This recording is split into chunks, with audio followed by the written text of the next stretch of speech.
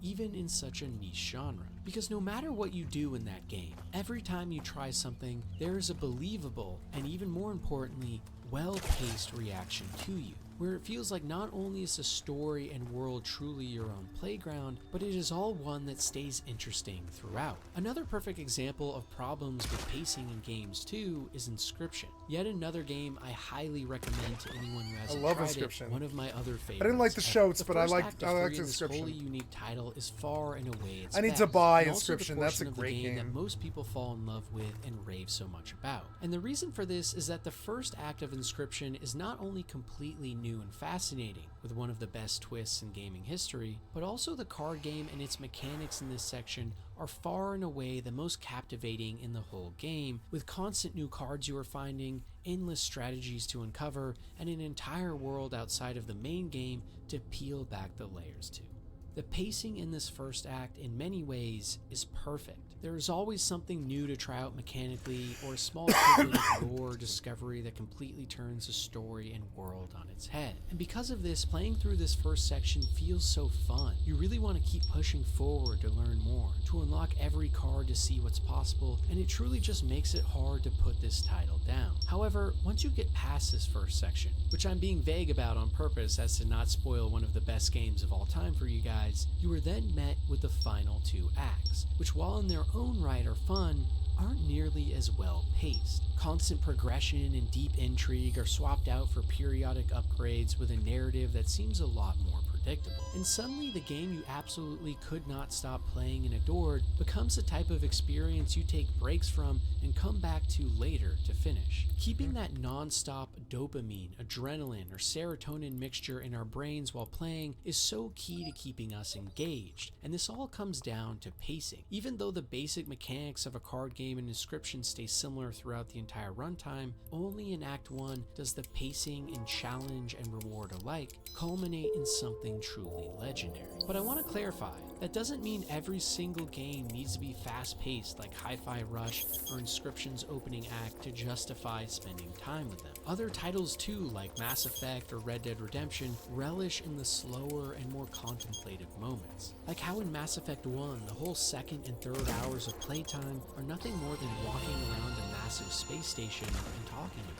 Or in Red Dead 2, the opening of the title being one of the most slow-paced and boring snow levels of all time that even made me almost quit. These moments, while slow, served as amazing points to truly get lost in the worlds on offer. And for Mass Effect specifically, the entire reason I love the series so much to this day is because of how swept up in the universe and the Citadel I got originally, spending hours just talking to new alien races and learning about their cultures and politics. Because the thing is, even in moments like this that are so meandering and leisurely, they at least serve a purpose, either in immersing you into a setting or crafting a narrative that really hits home because of the build-up. The real issue with pacing isn't a matter of being fast versus slow or bombastic versus reflective. Games can be any mix of these and still not waste our time. After all, sometimes simply getting to know a character can be even better than fighting alongside them. It all depends on our mood and our desires as a player at the time. The actual problem, in my opinion, is something that, on the contrary, is always bad: filler content. To me, filler content in games are any side quests, activities, or tasks whose primary goal is not in service to the main themes or goals of the actual narrative and gameplay. Things like destroying bandit camps just to add more gameplay to the world, delivery missions to pad out game time, run or speed, hidden treasure that does run nothing speed, but complete run speed is the core of the problem. Me, Run speed is disgusting in video games. I really hate them over that. Run speed is goddamn disgusting. Instead of crafting truly meaningful content for us to her run speed is disgusting. I can run faster than her. I know, because I do run. You know, I've been running. Seemingly senseless tasks to do. I can run faster than her. I'm a fucking, for example, in you know, Assassin's 280-pound fat man. Literally a third of the entire game is doing nothing but tedious and laborious things, like swimming deep underwater to find a chest with just a little bit of gold in it, or clearing endless camp after camp of enemies, all with the exact same gameplay loop. And by the 10th time you've climbed a similar tower or rock formation to unlock a view of a larger area, you really have to sit back and wonder whether what you're doing is even worth it. The saddest thing about it all, though, is that if we took all of this out of the game, there's actually a pretty cool main story with some really top-tier moments and reveals that make everything so exciting. But to even get to that, you have to suffer through endless filler content that doesn't seem to have any love or care put into it. And this problem is permeated throughout the games industry in all genre of games. Otherwise amazing experiences marred down by a struggle to even get to the good stuff. Why are we okay with this? What is the point of pointless content? I've seen some pushback to games doing this as of late, but if anything,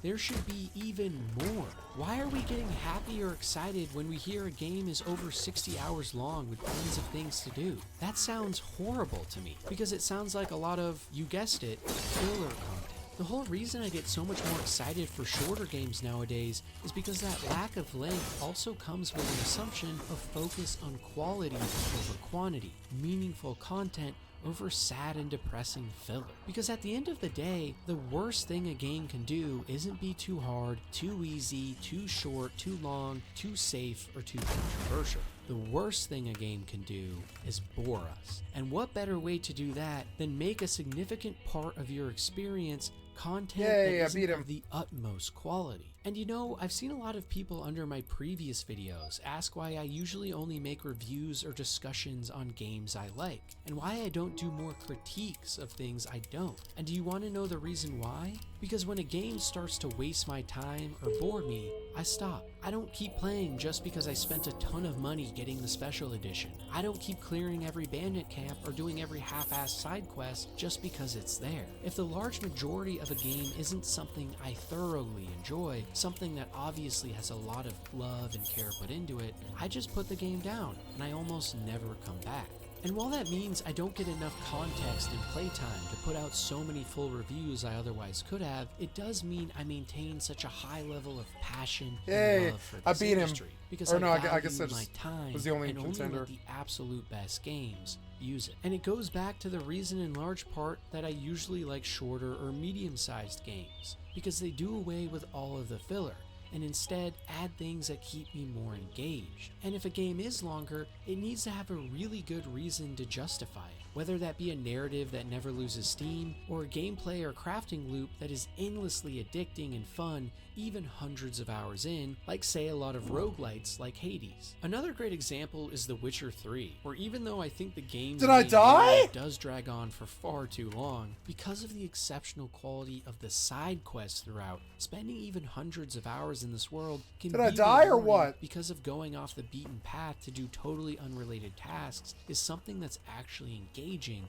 and interesting. Or in other words, the world and its expansive nature is actually justified. I guess I died? I don't know what happened. A catchy headline to attract sales about a big new open world. Even something like traveling slowly in a boat across the sea or a huge river. See, her run speed is disgusting. Do you see it? It's almost as bad as Final Fantasy XI. It's so bad. More immersive and hits that 3-act structure we talked about before.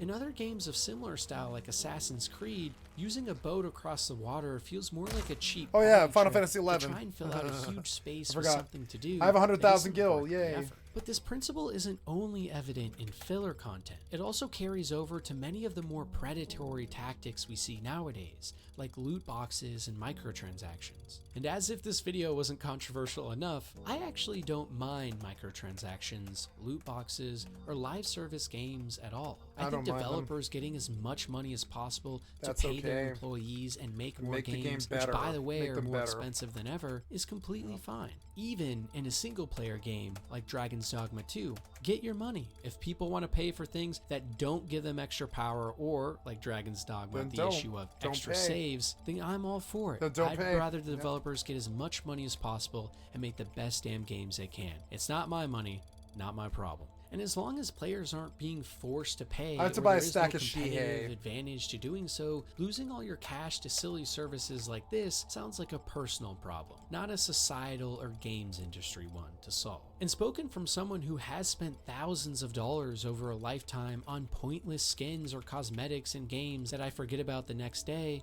guess what? That's my fault. That's a decision I made. Tough, my problem. I don't have sympathy for others who do it, and you shouldn't have sympathy for me. That's what life is, a bunch of hard lessons. And also, if anything, I'm glad they got my money. More to help the business I obviously enjoyed grow. But going back on topic, the thing about these systems is, while in principle I actually think they are a net positive, allowing many more kids nowadays to play games for free or developers getting more money to fund bigger projects, they also can lead to more lazy and less interesting game design in some cases, similar to the problem with filler content. And that's because microtransactions allow developers to keep players engaged with rush dopamine hits and gambling addictions, rather than actually good writing, gameplay systems, man, I'm gonna gamble.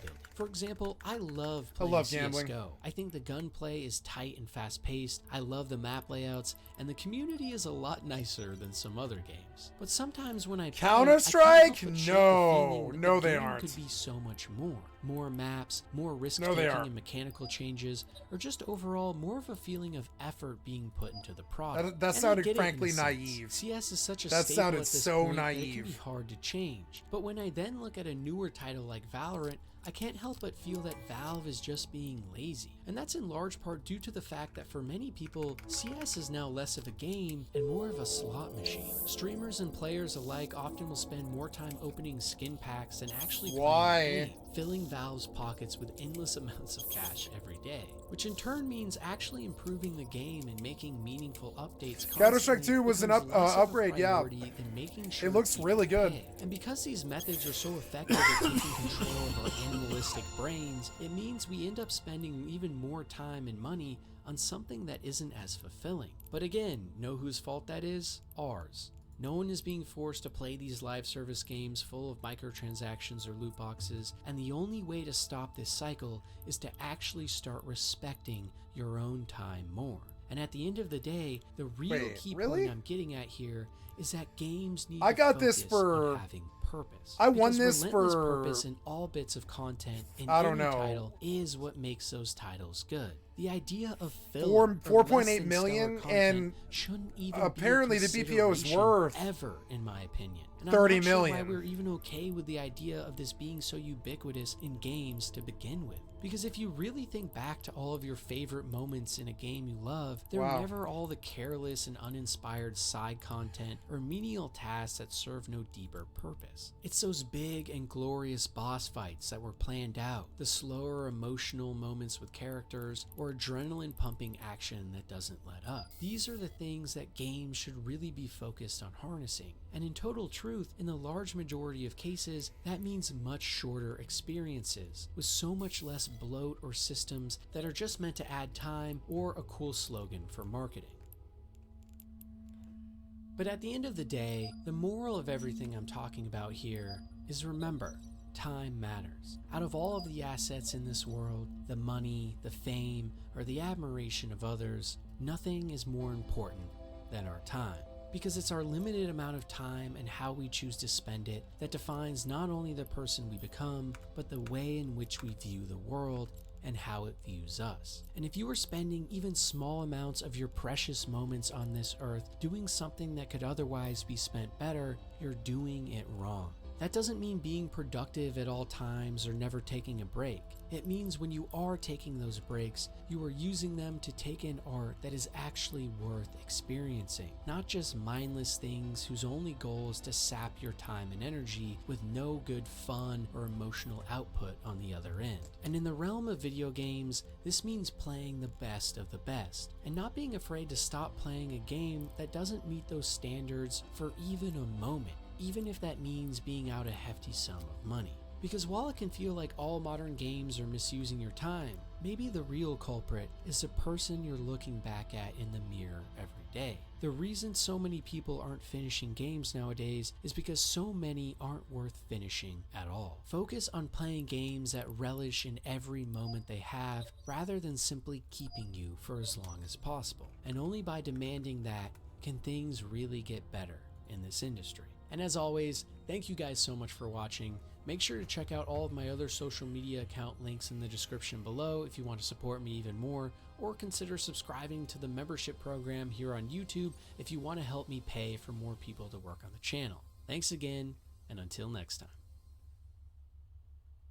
In 2020, rapper Akon made an announcement that he was building his own $6 billion future city in Africa that looks like the hybrid of Dubai and the fictional city of Wakanda. Akon City is where innovation meets luxury, with 5 distinct districts designed to redefine urban living. See the African Village District, where modern waterfront homes beckon, and a sprawling, all-inclusive resort awaits your indulgence. Experience exhilaration in the Entertainment District, boasting a cutting-edge multi-purpose stadium and a colossal casino for endless excitement. Witness the future unfolding in the Tech District, poised to become the Silicon Valley of Africa, where groundbreaking technologies shape tomorrow's world. And of course, the essential Health and Safety District, because public services such as police stations, fire departments, and a general hospital are key to residents' quality of life. The Education District will provide comprehensive learning opportunities for both children and adults, ensuring growth and development development for all. And lastly, the glamorous Sennawood District, which features 4 state-of-the-art filming studios, offices, and residential spaces, all culminating with the iconic Akon Tower piercing the skyline to glorify the genius who created this futuristic urban oasis. For the past 4 years, Akon and his team have been preparing this city to be ready for you to experience by 2024. And just 4 years later, this is what Akon City looks like today.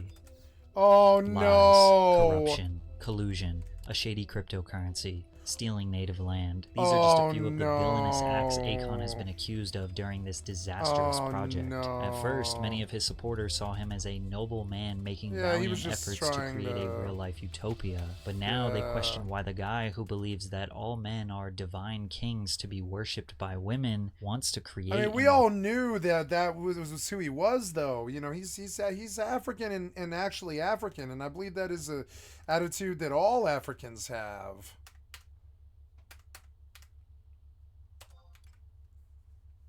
I mean, there's been some Amazonian cultures and stuff, but overall, you wouldn't find a lot of gender equality in Africa, I don't think. And Akon is, if he's anything, he's African. And I'm not saying that what they believe is good or bad. It's not my place to judge. That's their beliefs. If they want to have those beliefs, they can. I don't like them, but I don't judge them for it. And so I don't know. I think being condemning Akon for being African in countenance and execution is sort of weird. I mean, were you expecting something else from Akon? I wasn't. It's he's an African, you know? That's their culture. They're the culture that started the whole bitches and hoes thing, you know?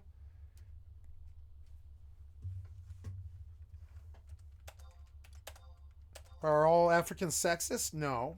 Are all Africans like him? No. You know, there's no rule to it or anything. It's just, you know, but I would say that, like, yeah, gender equality in Africa isn't good. I mean, we're talking about the land of apartheid here. It's not good. Lead his own city. But before we get into the fall Akon was never American, you know? And I think it's kind of an American sensibility to condemn his views on women when he's not from here. He might have made his money here, but I don't think he's from here. You know what I'm saying?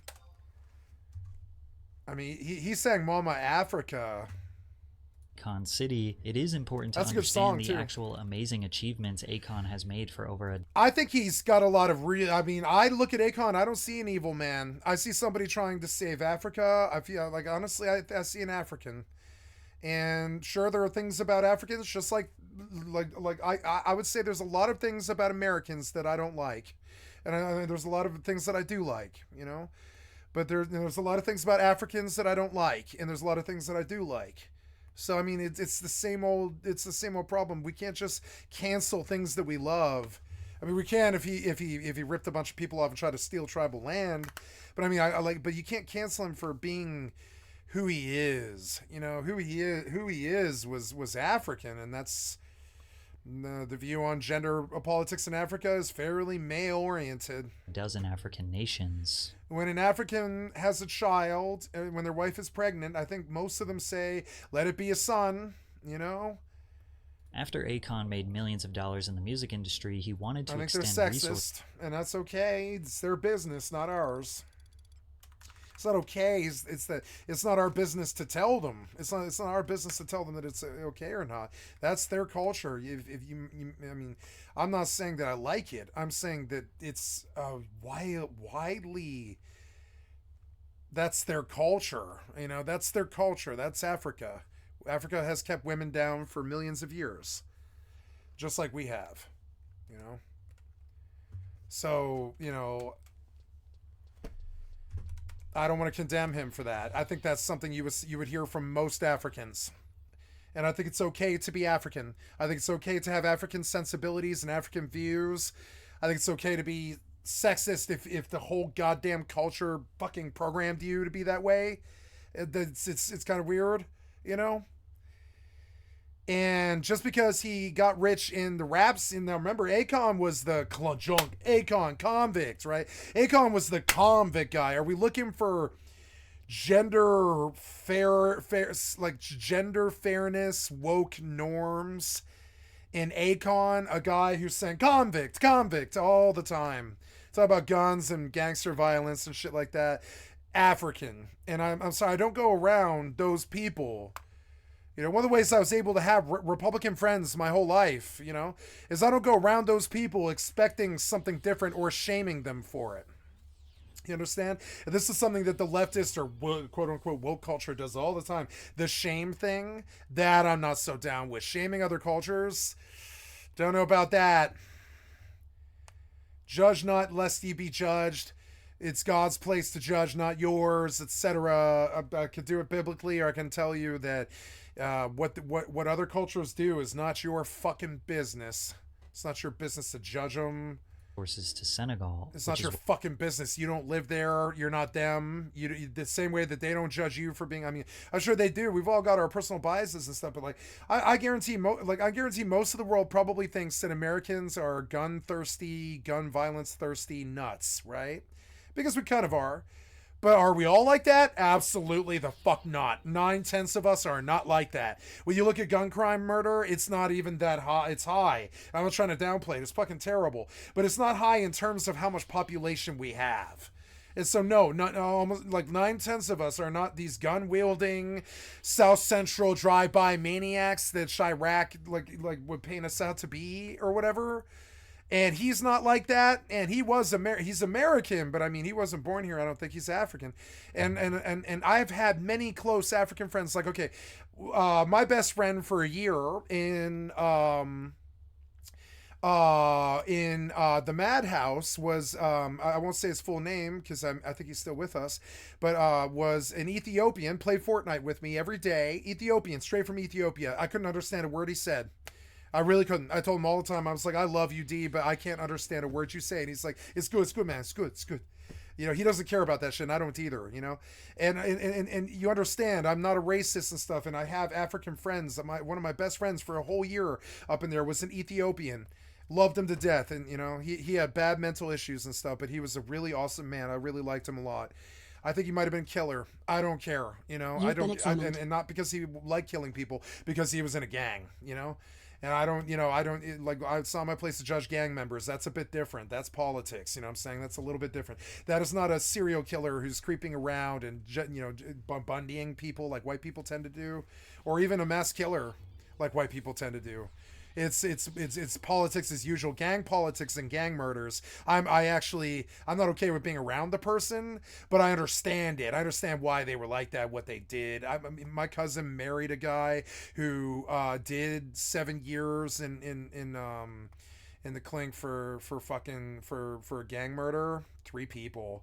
And I have shaked his hand and hugged him, and he sat there, and the first time I met him, it would be the same thing I did. He explained exactly what happened. He explained exactly who it was. He repped his crew. He talked about his crew. He introduced me to his crew, who was my cousin's, his wife's best friends and stuff. And I met their crew, and I understood exactly what the fuck it is. Some kids drew down at them at a bar, and they run all the bouncers. They run the bouncer clique in Omaha, Nebraska, and some white kids drew down on some inner city bullshit in a fucking bar in downtown Omaha, and so he fucking lit him up. They drew on him, so he fucking lit him up.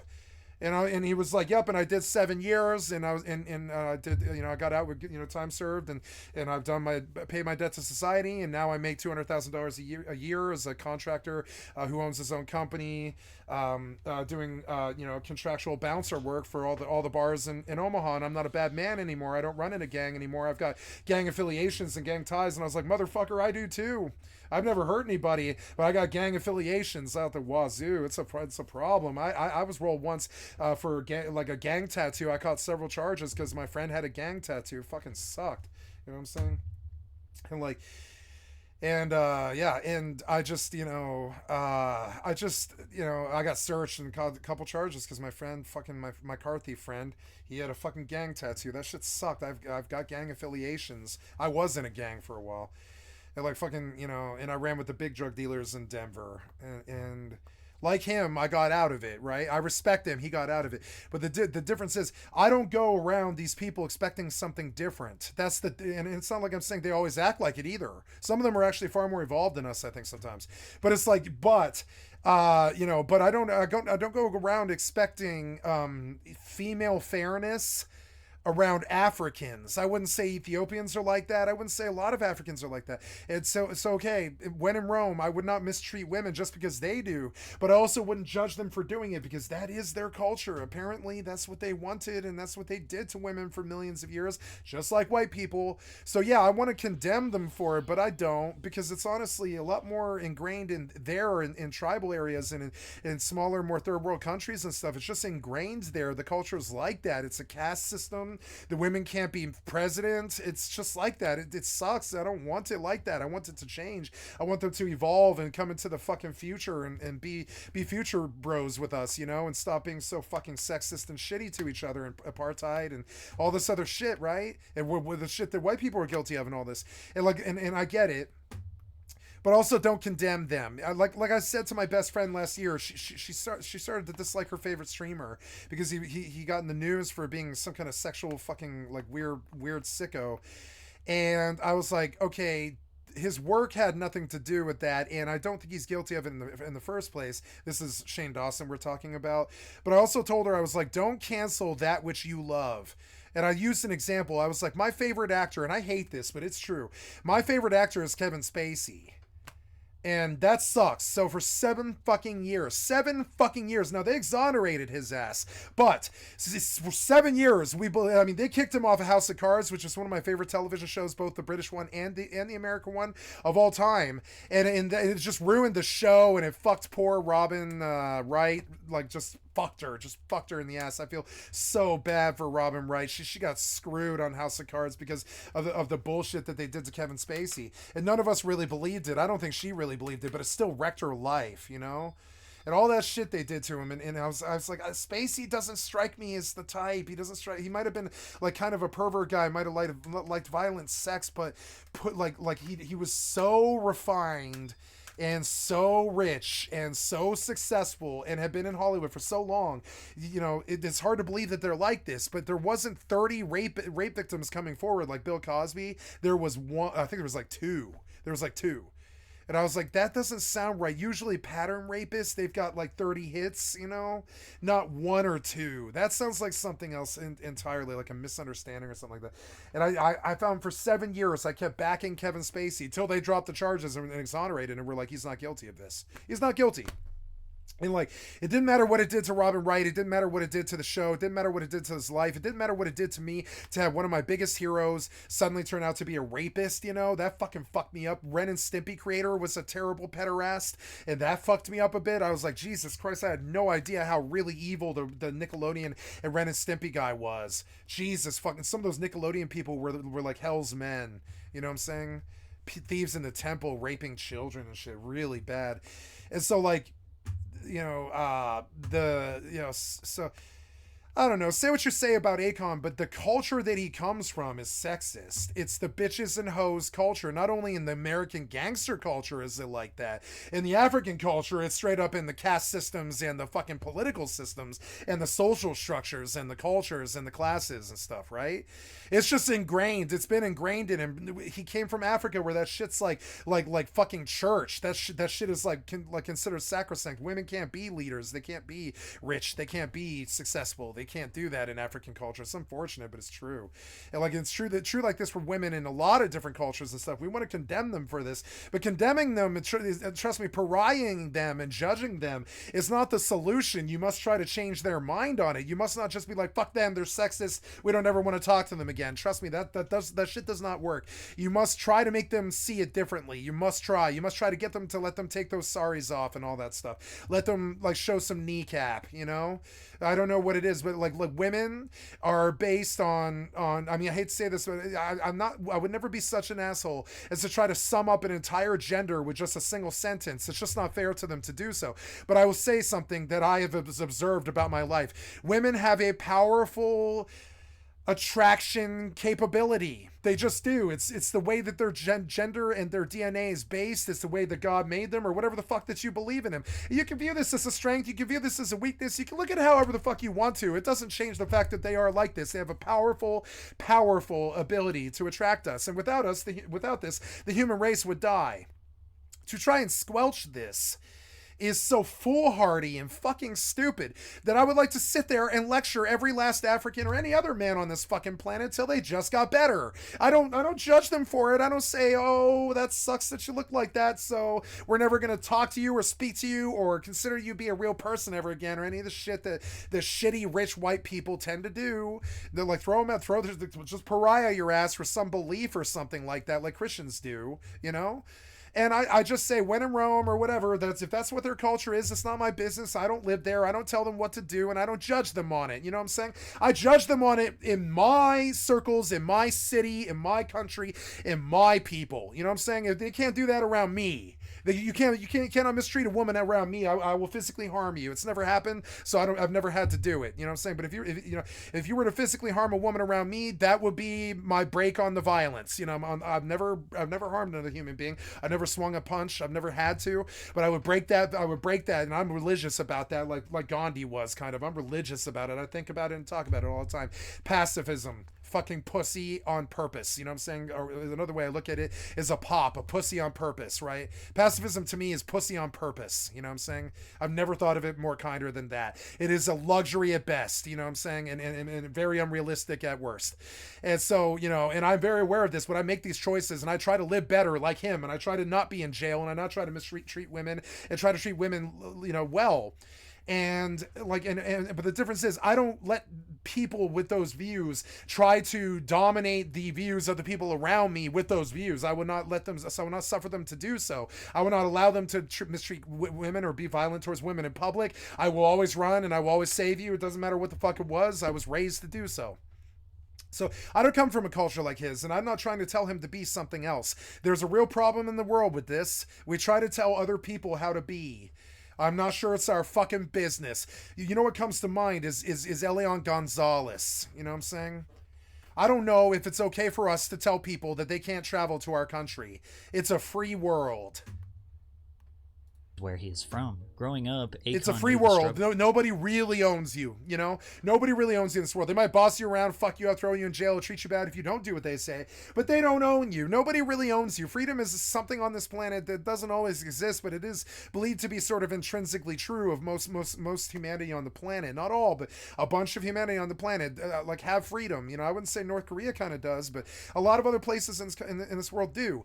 And one of these freedoms is to you know, to not be violent, to not treat women badly. These are freedoms that those people do not extend. They do not use these luxuries. They treat women badly. We dislike them for this. We should not judge them, and we should not pariah them over it. We just try and change their mind, like you do with anything else in reality. When somebody has a bad point of view, you try to state the scientific fucking evidence or whatever the fuck to try to get them to change their fucking mind. I don't really see how it serves them to treat women so badly. I don't see how it serves them their culture. That's like cutting off half your fucking population from helping you. When you oppress women like the Middle East and the Africa does, or even sometimes in America we do this. Like, I don't really see how it serves the culture and shit. And that is the point that I would take to the average African who has sexist beliefs like Akon might have, or anybody else from that country, or Senegalians, or any of these people from Senegal, or any of this other stuff, right? It is not my place to judge or tell them what to do. If you look at Star Trek, the prime directive is you don't get personal about it. You don't tell them what to do. You don't try to change their views on God. The prime directive is to let them fucking grow on their own. You know what I'm saying? So if you were to follow that, you wouldn't even try to tell them to think different. You would just have your own convictions and live your own convictions, which is kind of what we're doing right now. We don't believe in mistreating women, so we don't. We do, but we got gender pay equalization, all this other stuff, but they don't. They don't believe that. So who am I to tell them what to believe? Am I God? So I try not to judge them for the beliefs that they have. I just try to change it by living by example. I don't mistreat women. I doubt Akon. I mean, maybe Akon mistreats women, but I didn't get that vibe off him. I mean, he was rough. He was a convict guy. He was a convict guy. He's the most famous, criminal in history. The most successful one too, I believe. He is the most successful criminal in history, and I don't think he got that way through bad messages or bad acting. Struggles of living in the dark once the sun went down. The town in Senegal that he grew up in, like many others, had no access to running water or power. Local economy. Yeah, like the place he's from didn't have the luxury of fucking suffrage, you know what I'm saying? They're not that evolved yet. That's something that's still got to happen for them. We're not talking about 19 fucking 50s era evolved America here. We're talking we're talking 1890. These cultures are still back in the level of 1890s America. And by 1960 the women and anybody of any other ethnicity could vote. And that is something that I'm not sure is even true of their countries even still. So understand, we're trying to have these 2020 values on these 1890s people, and I'm not sure you can judge them for it. I don't think it's very fair. Economies were forced to shut down businesses when the sun set, and families were constrained to candlelight and kerosene lamps to complete their nightly tasks, resulting in over 3 million deaths each year from harmful fumes and fires. In 2014, Akon Lighting Africa was more beer launched. will help the In the first year situation. of Akon's Lighting Africa project, he brought solar energy to 14 different African nations. There's the And although proof. There's the proof. His intentions are good, and the road is paved to hell with good intentions. You know what I'm saying? This is a man who wanted Africa to thrive. I agree with him. Africa, Pangea, was the promised land. It's where we get all of our world's wealth. It's where we get all of our world's peoples, all of the races of the world. It is the birthplace, the cradle, the Mesopotamia, the birthplace of civilization. If we turn our back on our roots, if we turn our back on Africa, the place we all came from, we don't have a good chance at a good future. We don't have a good chance of that. This is why Mandela was so important. This is why our relations with them was so important. This is why apartheid was the biggest embarrassment in mankind's fucking history, short of basically Hiroshima / the Holocaust, really pretty fucking bad. Apartheid is a really bad history. We got a bad history with apartheid in Africa and stuff. And white people didn't conduct themselves there. White people behaving badly, and I'll fucking say it. I'm white. I can say it. We behave badly in Africa. Don't believe me? Go. We behave badly in Middle East. Don't believe me? Go watch Blood Diamonds or I don't know, Lawrence of Arabia, and you'll understand. We didn't really conduct ourselves pretty well there as English or otherwise, or English speaking or otherwise. We didn't conduct ourselves pretty there. I would say it was a land that we basically raped and pillaged, essentially, And so here we are, trying to tell them how to think, trying to judge him for being a Neanderthal, when that's where he was born. Can you blame a Neanderthal from when he comes from the cave, where women aren't treated well and gender pay is a joke, and there hasn't been a female leader in 1,000 years or something, and there hasn't been gender equality in anywhere for them, and if they show their fucking face in public they might be shamed. Rape and murder of their whole gender is a really bad problem in all of these countries and stuff, and some of the little girls get kidnapped. Remember that whole mess? Some of the little girls get kidnapped, right? And so it's a war-torn, terrible place. It's not a terrible place, but it's a terribly regressed place that must come into the 21st century. They're still in the 20th century. They're not even in the. I would say their politics and stuff. Not South Africa, but the rest of the continent is still in essentially the 1890s version of America. They're in the old West period still. They prostitution is rampant, AIDS is rampant. It's crazy. It's like the old West sort of for them, and they have good countries, and Mandela was definitely evolved and more evolved than us maybe, and it's proof that Haile Selassie, not all of them are Haile Selassie either. So we look at the politics of Africa, and this man born of Africa's probably greatest living hero right now. I would say Africa's greatest living hero is either going to be their best soccer player or Akon, one or the other. intentions were noble. I'm talking about the continent of Africa, not some particular country like Senegal. I'm talking like the continent of Africa is extremely proud of Akon because of a particular track on a particular album that I really fucking loved. I really loved this song, Mama Africa. Fucking got to me really bad. I can't sing the same pride songs about America that Akon can sing about Africa. We're worse. We're worse, you know. Akon sang Mama Africa. It was such a fucking good song, and it was like it forwarded a generation, kind of, sort of like Bob Marley. You know, he mentioned in one of his songs, he said, "We forward in this generation." I would say Akon forwarded his generation. It showed all Africans that somebody can be Oprah. You know what I'm saying? Somebody can be Akon. Somebody can top the world, top the charts, be Michael Jackson. Somebody can do it. Like somebody from Senegal can do it. And somebody can be Sean Paul. Somebody from Jamaica can do it. You know what I'm saying? It's proof. It's proof that the world's greatest hero can come from anywhere. And I revere this man. It sucks that he was a scam artist and a weird bad actor in the end. But I think it took him... I've loved him since 2004 or something like that. 2001 since that first Convict song on the radio where he clinks the jail bars and he's like, "It sucks to be in jail," and he starts rapping about it. And it does. It sucked to be in jail. I loved Convict. I loved him. He got me through such a hard time in my fucking life because it's like, if he could do it, I could do it, you know? And so I love this man. I think he's got a lot of good things about him. If he became a bad actor, it was after 30 years of good acts. I mean, I can't think of a more influential person right now alive. Maybe Taylor Swift. Like, I mean, Akon was big for me. I love this man. He wrote one of my top 10 favorite songs of all time. I Can't Stand the Rain. I can't stand the rain hitting my window pane either. It's the sorrow of America and the sorrow of Africa and the sorrow of all these other countries combined. He knew it. He had to implement borderline unethical strategies to convince if you want to build a Taj Mahal, you're going to have to bribe people and be corrupt and fucked up, and you're probably going to have to lie and steal. There's all kinds of problems with making a Taj Mahal, and nobody wants you to do it. And when you do it, they try to take you for everything you've got. To invest in Don't believe me? Consult Citizen Kane.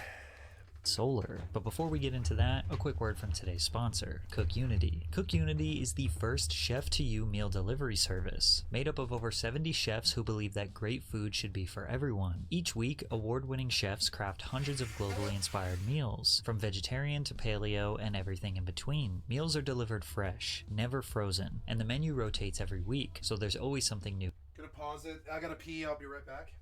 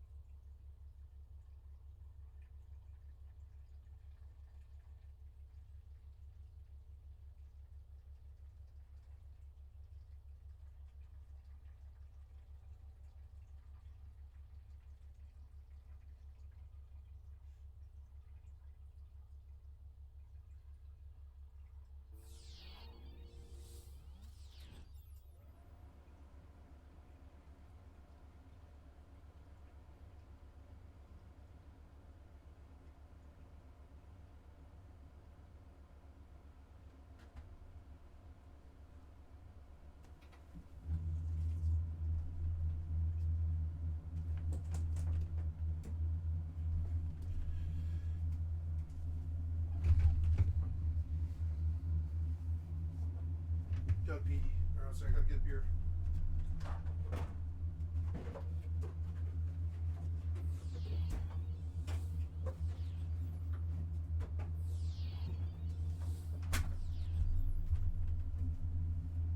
I want to hear a particular Akon song.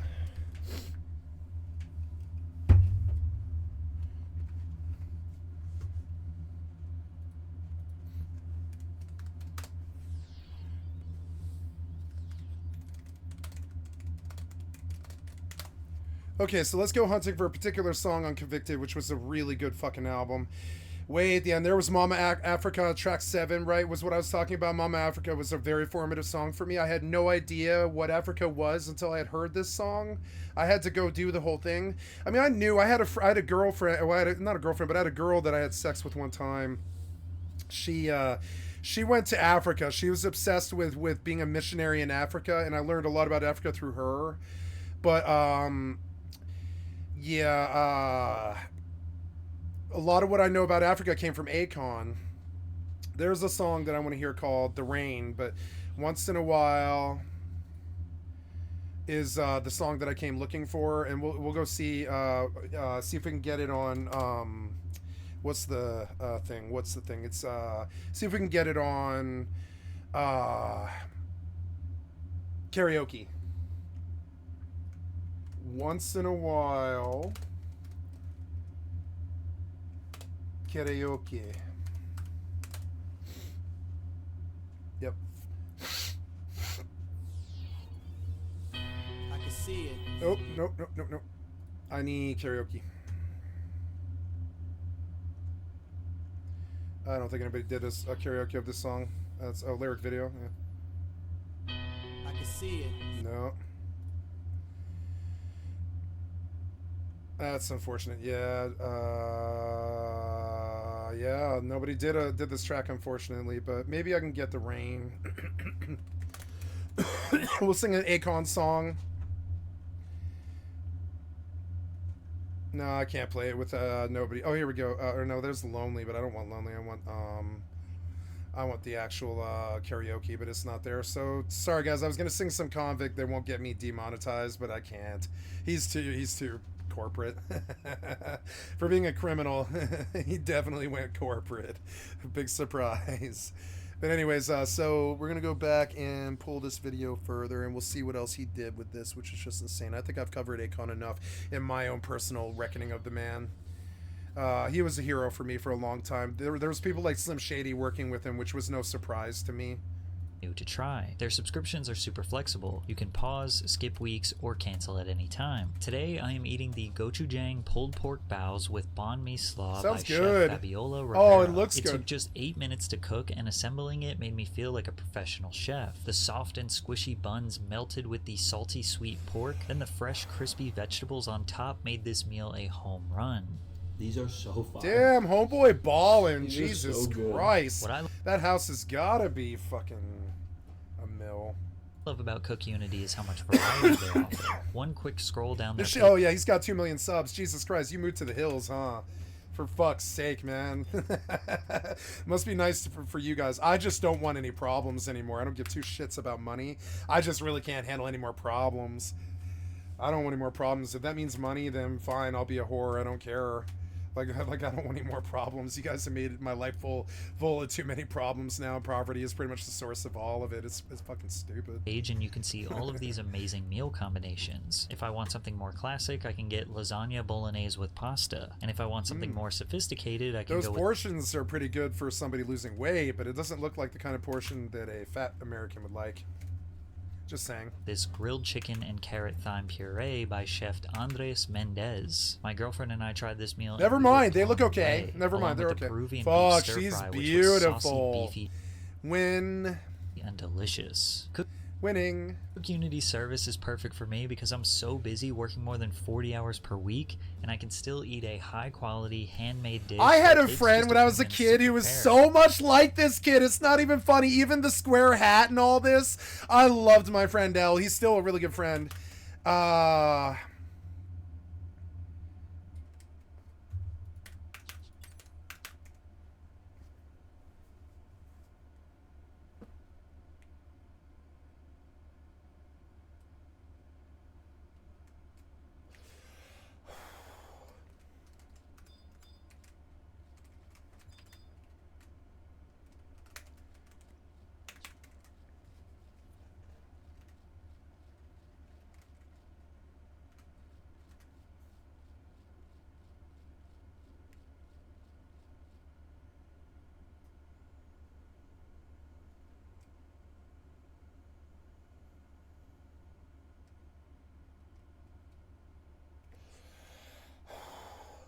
My thing is dead. Oh no, it's turned off. There we go. I turned it off by mistake. Go to cookunity.com/PatrickCC50 or click the link in the description below and use my code PatrickCC50 to get 50% off your first order of Cook Unity meals to try them out yourself. One problem with Africans, he said, is that they often lack unity and are hesitant to think about the there's future. no unity in Africa at all. He strategically approached nations who had upcoming elections, then installed solar systems for free in the village of the leader's choice, such as installing streetlights and solar panels for homes and businesses. Then it made those leaders look like they were invested in progressing their nation, which led to them receiving more votes from citizens. It came to the point that once that village was lit up, now the neighboring villages would bring pressure to the government and ask those same questions. How come we ain't lit up? Although many are critical of this tactic, at the end of the day, the communities are the ones who benefit the most. Yeah, I mean, like, at the end of the day, all he was trying to do was help people, though. At the end of the day, it's still philanthropy. Like, oh, I'm sorry that not all the villages got helped, but I mean, that's how philanthropy works. You cannot solve all the world's problems in one fell swoop, but you got to do one at a fucking time. And that's what he was doing. He was like, all right, well, I understand that you're all corrupt, and I really want to do something here. I want to try and build a Mecca in Africa instead of America. And he's like, I can build a Mecca in America. I've got $2 billion. I can fucking, I think he's got like 2 or 3 billion. Yeah. I can build a Mecca in America down in Florida like Trump or whatever. But why do that? That's what everybody does. I'd rather do that in Africa. And that's probably what he says to them when they ask him. He's like, yeah, I could build a fucking empire in America, or I could do it here. Which would you rather have? And every politician's probably like, here. Come here. Spend your money here. Build your private island here. That's okay. Bring your American money here. Come here. And so they're like, okay, how can we help you? And he's like, well, I know that you're all corrupt. I'll pay you, but I need you to actually let me build the place. And they were like, oh yeah, sure. But then when it got down to it, they probably nickel and dimed him to failure. This is what happens to movie productions that try to film out of town. This is what happens when your car breaks down in a southern town full of crackheads and stuff. You're gonna get robbed. It just happens. There's a whole movie called U-Turn about it. It's just kind of funny. So it's like, poverty will dictate what happens to you in certain situations, like in terms of like if the people around you are poor, or if you're poor, that will dictate what happens in the communication aspect of it.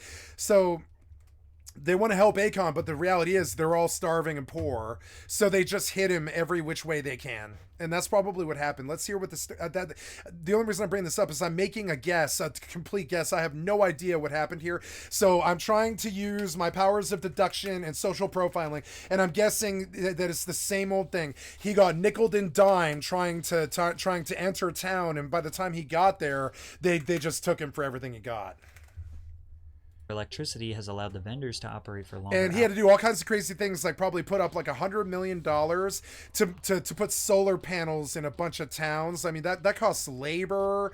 It's dangerous in those places. People don't want to do it. The infrastructure's not there, so you got to bring in trucks with like specific tools to be able to build a fucking like traffic light in the first place, because there's no factory in town where you can produce traffic lights. So you got to bring that shit all in, which is extremely expensive. And they tax you, and they see you coming, and they're like, oh man, you're in here from out of town, and we got an out-of-towner tax, you got to pay an extra 10%. And so they ding him for $100 million on the solar panels, and it just starts to add up after that. And honestly, you can't go around a whole bunch of poor people waving $2 billion. You can't do that. That's that same old shitty Boondocks fucking like hilariously perfect racist like amalgamation of assumptions of now I'm dying, am I? Why am I dying suddenly? He did eyes on me for 300. Get the cat out.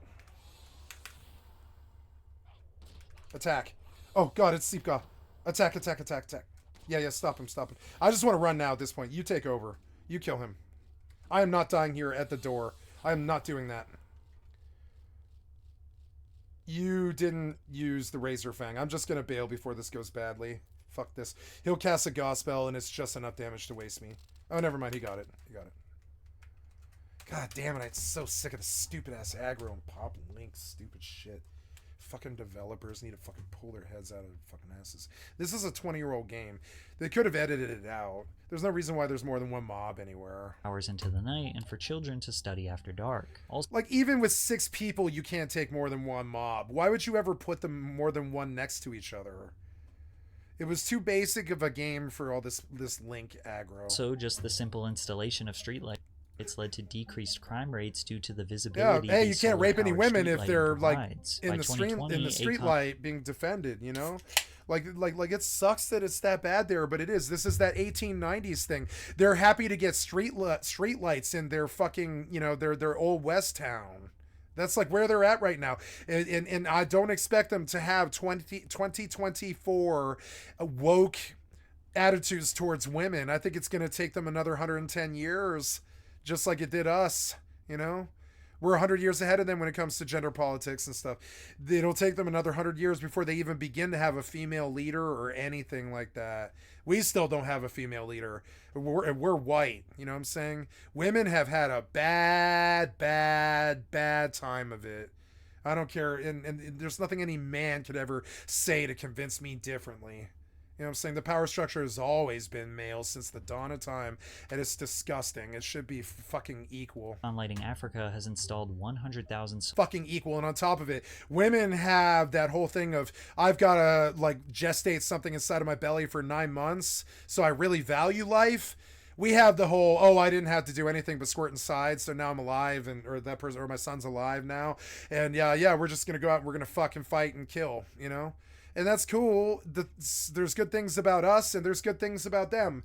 But I would say leadership wise, men aren't too good at it. They're pretty bloodthirsty, greedy, backstabby, and disrespectful of life. And yet men have run this planet for all of mankind's history.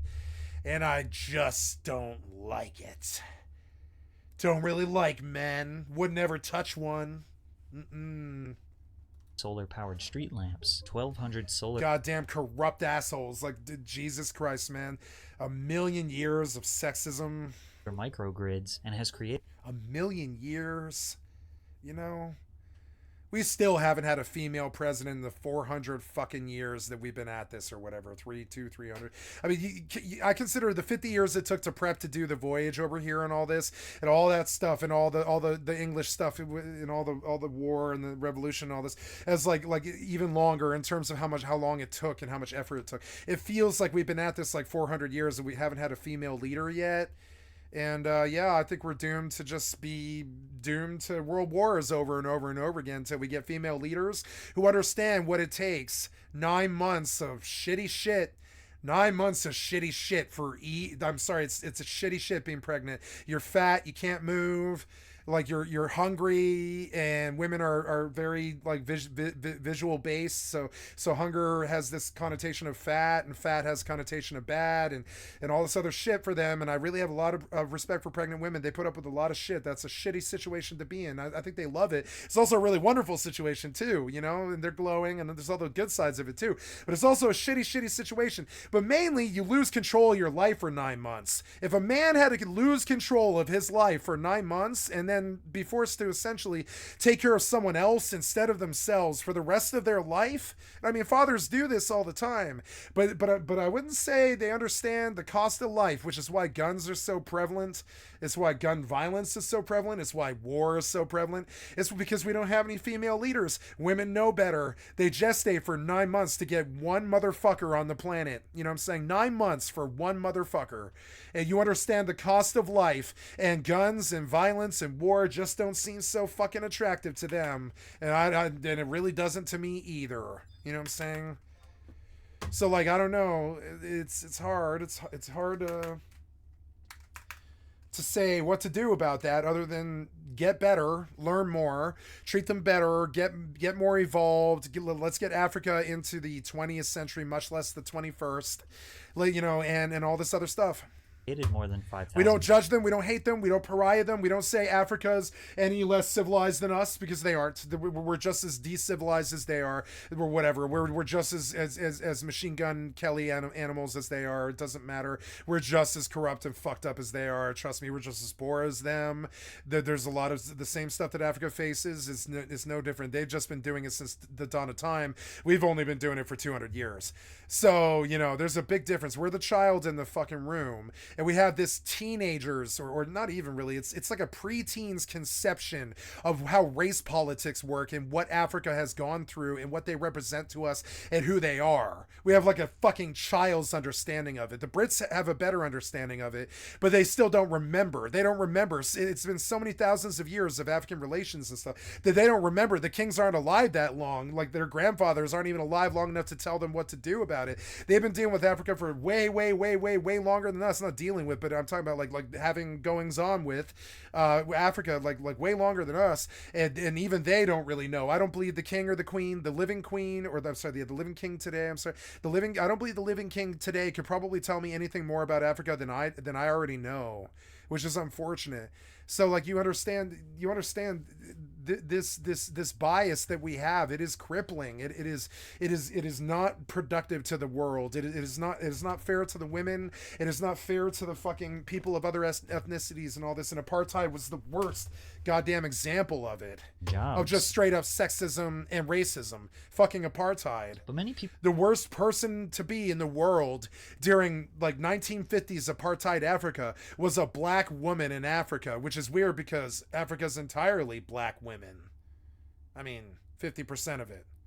So like beyond South Africa and Cape Town and all the white, you know, holdings and stuff from Britain. But I mean, like overall, it's weird to have. It's so weird to me logically to have these kind of biases towards women in this day and age, even if you don't have streetlights in your town, because the books still exist, the knowledge still exists, the internet still exists, cell phones still exist, word of mouth still exists, that they hear about better places like America where the women can become Oprah and not, you know, the girl that carries the basket to the river. people question how Akon was able to finance a project of this size. Sure, his music was and does your laundry in her sari or whatever, and her face is blocked, and she's hot, and it's 105 degrees out, and she's got to walk 4.6 miles to the river or something like that, and it stinks, and she's liable to catch AIDS there, and I'm sorry, it's like not such a good situation for them. And so the best thing that we can do is continue to try and evolve, same as them. And apartheid was not it. We did not help them. Successful, but we're talking about hundreds of millions of dollars in infrastructure costs. Well, he was able to land a line of... Next, we'll do a video on apartheid, because I get the sense that the average fucking white American has no idea what the word even means. Credit for up to $1 billion worth fucking of solar sad. equipment with the finance arm of China Jiangsu International Group, which is a Chinese government-owned construction firm. Most of these African nations could not afford the upfront money for installing solar infrastructure, but Akon's line of credit allowed the governments to pay in installments. But when Bush was in power, Bush created a 200% tax on all solar or all solar-related renewable energy coming into America. So all that investment, those billions of dollars of investment that China put into this was just sitting in factories and sitting in China, couldn't be used. So I took advantage of that and went down to China and to partner with some of those companies that couldn't use all that, investment that they already put for Europe and America. Because of Akon's efforts, an estimated 28.8 million... This sounds like a fucking Mother Teresa type, not a fucking Citizen Kane type. But I mean, he did try to build that Mecca. But I mean, Africa needs a Mecca of smart men. Africa needs a Washington, D.C. Africa needs that, and I think that's what his dream was, is to try and run the country from a centralized core and break the unity problem. Every country in that continent is entirely out for their own. Every single last one of them. It's like 600 different tribes or something, and they're all out for their own. It doesn't matter. So, that unity, it was impossible. It was impossible. Even with white apartheid rule, it was impossible. They didn't manage shit. They didn't get anything with it. All they did was steal resources like we always do. You know what I'm saying? Oil and shit like that. And so, like, and diamonds and shit. And so it's like, gun sales and ammo sales and Yuri from Lord of War and all this. You remember all that? Do you remember Lord of War with Yuri? I think it's Yuri Grigori or something. I forget his last name, but Yuri, played by Nicolas Cage in Lord of War, opposite fucking we really love him. Jared Leto as his brother. Yuri and his brother dies of cocaine. I can't remember his brother's name and stuff. But these were real life fucking gun runners. and shit, and they bought all these Russian and Chinese stockpiles because of stupid shit like what Bush did with the solar panels and all this, and they just took it to the African streets and sold the Rambo weapons to the Blood Diamond fucking tribes and the child warriors and all this shit, and they made billions. They made fucking billions, and Lord of War is the entire true story of that, and it's a movie that I feel that they should probably show and set, well, really, like, I think they should, every fifth grader should see Lord of War and understand what the world is actually like.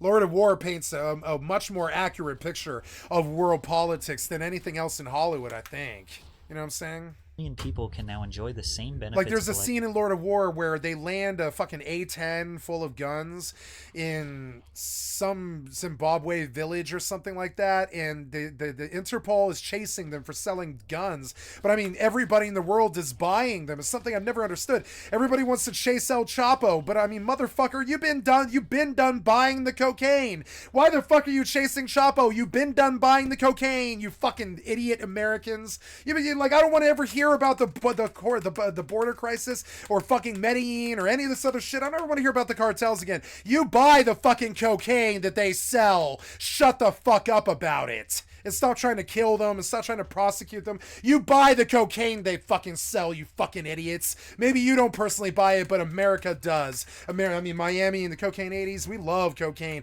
We got a bad problem with cocaine, and you want to be all fucking anti-Latino and shit about it, and be all racist about the border, and be racist about the fucking drug policies of the drugs that you buy. You want to persecute the dealer that sells you the drugs that you would go crazy without. This country would go crazy without cocaine. They would just go crazy. They would probably riot. You know what I'm saying? This country loves cocaine. Like, we love power and oil and shit like that. We love cocaine. You want to go fucking persecute the man who sells it to us? That's like going to the fucking McDonald's and shooting up the fucking cashier for making you fat for buying Big Macs. It's such a stupid ass logic. It makes me fucking sick. Fucking stupid ass Americans. Education system fucking made us so goddamn dumb. What's the illiteracy rate in America? 21%. Those are the people buying the cocaine, I guarantee it. Electricity that much of the world has enjoyed for decades. You've always said that China has done more for Africa than any other country. Oh my god. I mean, It's true. That's not something anybody Yeah, can China do. did some. China sold us cheaply what we needed to do to get power to the old Western towns. And this was so fundamental. Like with power comes internet, computers, safety for the women at night, and all this other fucking rapist, white and black fucking rape problem bullshit. Men raping women. Light helps with that. It's hard to rape a woman who's standing in the light. So this is one of those things that that he wanted to give Africa. I see a saint here. I see a saint who just wanted to build Jesus's temple. And all the thieves outside the temple robbed him, I think. They came, they laid down infrastructure. And of course, he was corrupt. I guarantee he's got some weird sex thing. All the celebrities do. He's got some weird sex thing. Maybe he likes teenage hookers. I guarantee it. There's something wrong with him. But I guarantee that this man was trying to help Africa. And honestly, I can't think of another man trying to help Africa. There's Doctors Without Borders and, all kinds of AIDS crisis stuff and food not bombs and all this other shit going on. African relief. There's a lot of people in this world trying to help Africa. But I think he was actually doing something. That's the difference. I don't see a lot of doing something. Actually putting I would love to put solar panels in every home in America. I would love to do that. We can't even do that in America, much less Africa. And he was trying to do it in Africa. The European countries been around for 400 years. This is not a stupid man. This is a hero. Doesn't do nothing. That's why I don't care how bad he is. Motherfucker, this is somebody who set out to really try to fix one of the world's worst wrongs. I don't care if he'd have to be a rapist or something like that for me to write him off. Maybe he is. Why is Akon bad, right? I don't know. Is Akon considered bad? The scam city is a scam city because every time anybody ever tries to build the Taj Mahal, you pretty much have to have slaves. Otherwise, everyone involved just rips you off and fucks you on the work. Everybody. They fuck you on resources. Like, humans are so corrupt, you can't really deal with them. You must have some kind of religious fervor, or you must control their politics and be king or some such to actually get them to build you something. Otherwise, they will just steal from you. This is how humanity is. They will just steal and steal and steal from you until you have nothing left. Been developed. This was the response. And these are the things that he dodged, the bullets that he dodged too. He went into this knowing that everybody he met was going to try and stick him for everything he was worth. Every last one of them, from the politicians to everybody. And I respect somebody willing to do this sort of philanthropy where you go to the fucking town and you hook up the fucking solar panel and you put a computer in the fucking library and you tell everybody in the town gets an hour a week. France, Great Britain. And you sort that motherfucker up, and if there's only 320 people there, then it's a half an hour or whatever, and it's every 3 weeks or whatever. But I mean, like, whatever it is, you make sure everybody in this town gets half an hour on the internet once a week, something like that. Let them open an email address. Let them look at what it's like to see other countries and other cultures and stuff. I think the internet is very important. Italy, Italy. With the solar panels comes internet and cell phones, and that's good. Like, I very passionately love an old book called Otherland by Tad Williams. It's a sci-fi book, and it starts out in this little innocent thing where this pygmy from Africa gets in an MMO RPG, and he wants to meet somebody who will help him immortalize his 200-man tribe. There's like 200 of them left or something, and nobody's breeding, and everything's war torn, and everyone's diseased and poor, and nobody wants to breed. Even they don't like their lives enough to even condemn having kids, even putting kids into the terrible tribal life of what it's like to live in postmodern fucking Africa. And so he makes friends with Irene Solowayo, which is also another African lady, and they become friends over the internet, playing another game, a video game called Otherland, as she immortalizes his tribe, and all this other crazy stuff happens, like Sword Arts Online, where suddenly they can't log off anymore, and the entire world's business is conducted on the internet. And that's what I fear has happened. I think one of the reasons Africa can't fend for themselves is the further they get from internet and cell phones, and more regressed it is, and less power and the less knowledge that they have, the less they can compete on the world scale. And I think these things are done on purpose. I think these are conquistadorial things that white men and other countries have inflicted upon them. The poverty, Africa is not known for poverty. They are now, but they weren't for, Africa was not known for poverty almost their whole run for a million years or something. Africa has never been poor until we started meddling around there. I mean this, Africa has always been the richest fucking continent in the world. They've always had the most gold, the most resources, the most land. I mean, they're not big like Russia, but they're fucking resource rich, really rich. Lots of sun, lots of animals, lots of meat and food and life and water and stuff. Lots of stuff in Africa. Really valuable land, maybe the most in the whole world, right? And so, like, but most of the people don't even have an email address. And Tad Williams wrote about this in Otherland. He was passionate about that. And I read that book when I was like goddamn 9 years old or something like that. And I've been passionate about bringing Africa to the internet all my life too. You know what I'm saying? I don't even care about the power. Nobody really needs power. They've obviously got by without it for a million years. But I don't know about not getting by without the internet anymore. All of the fucking world's business is conducted on the internet, I think, now. We have like cashiers who take cash still, but it's kind of rare, And so when they can't even get power to run like the street lights, much less a computer, cell phone, or internet, that is like you are condemning that portion of the world to a dark ages. And so this must end. We must bring civility towards women to these cultures. We must bring cell phones and internet and power to them, and show them that the world isn't some poor village all the time. There's other venues. Some of the best, I guarantee that 1/10 of the world's best minds are in Africa right now today, and they don't even have an email address. 1/10 of the world's best intellect is absolutely going to be in the continent of Africa, and those people, some of them don't have email addresses. You understand how really crippling that is to humanity? It is disgusting, and this man was trying to change it. Now, the scam city is one thing, but I mean, this, just trying to do this is enough to maybe write him the get out of jail free card, maybe. because nobody's doing this shit. Nobody.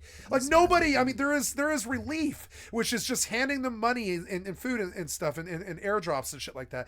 But then there's what he's doing, which is actually solving the problem. I don't believe anybody's even tried. In Africa forever. And this is what I would do if I had his money. And fuck that. I'm not singing or sitting around jacking off on a fucking video game or some shit. I'm gonna go actually solve some problems, you know? Motherfucker, I'll travel around with a 300-man fucking army, and I'll be like, these are my doctors, and these are my social workers, and these are my therapists, and these are my fucking aides, and these are, you know, these are my money people, and this is my accountant, and they're gonna tell me what we can do right now in 5 minutes to save your life. What is the biggest problem that you have in inner city Zimbabwe?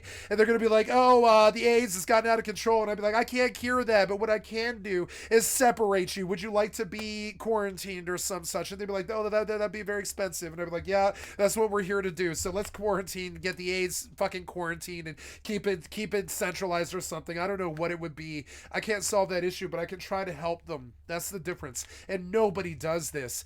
Lady Di was like the last person that did shit like this. People are not known for trying to actually solve the problems. They're known for throwing money down the money pit well.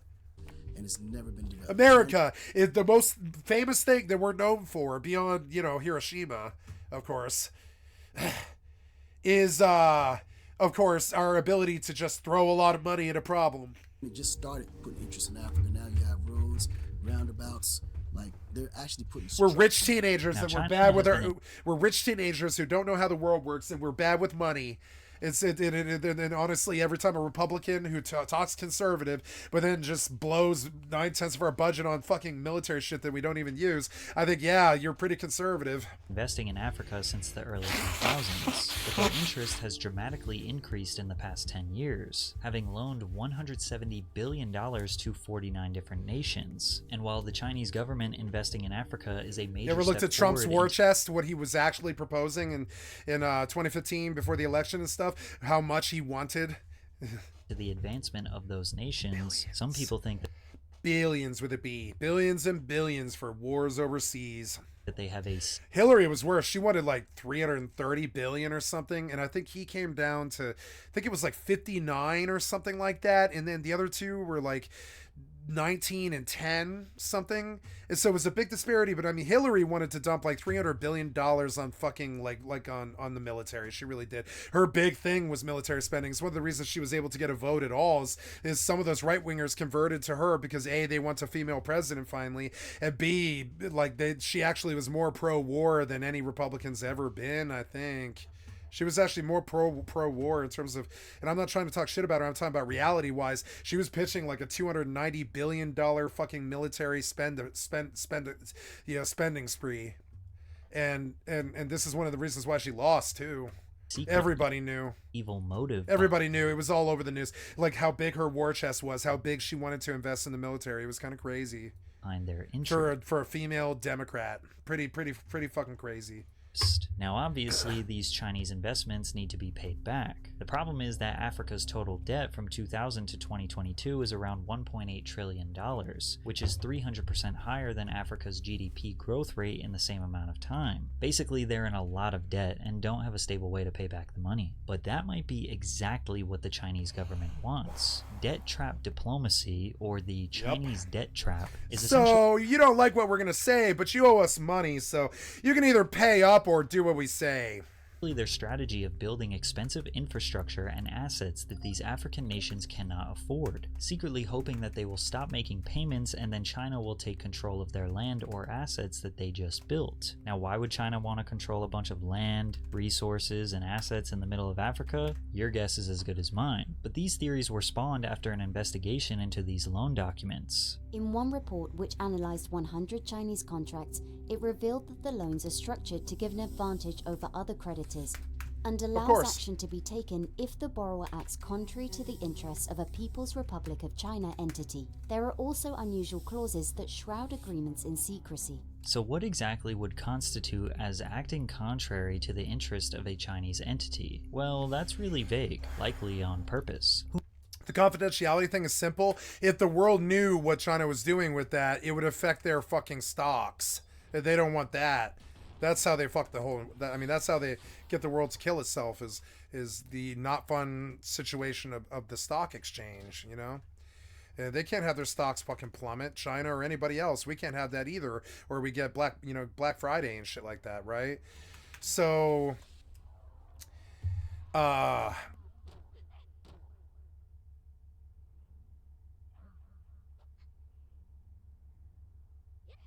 confidentiality is baked into their contracts. I would do it too. I'd be like, yo, I'm going to fucking hook you up, G. I'm your friend. I'm your buddy. Got you. But you can't talk about it. And I'm dead serious. If you talk about it, it'll affect my stocks. You can't talk about this. And if you do, I'll never deal with you again.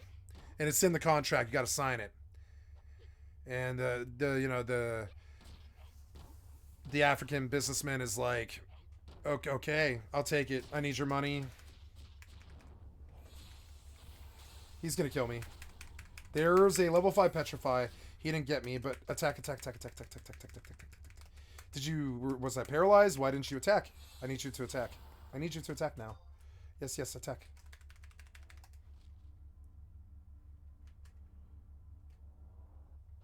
Oh god, are you gonna kill me? You are. He sleep got me, which is odd. I don't know. Maybe the tiger will finally get his attention. Oh, he killed him. Nice. That works too. 60-second stun.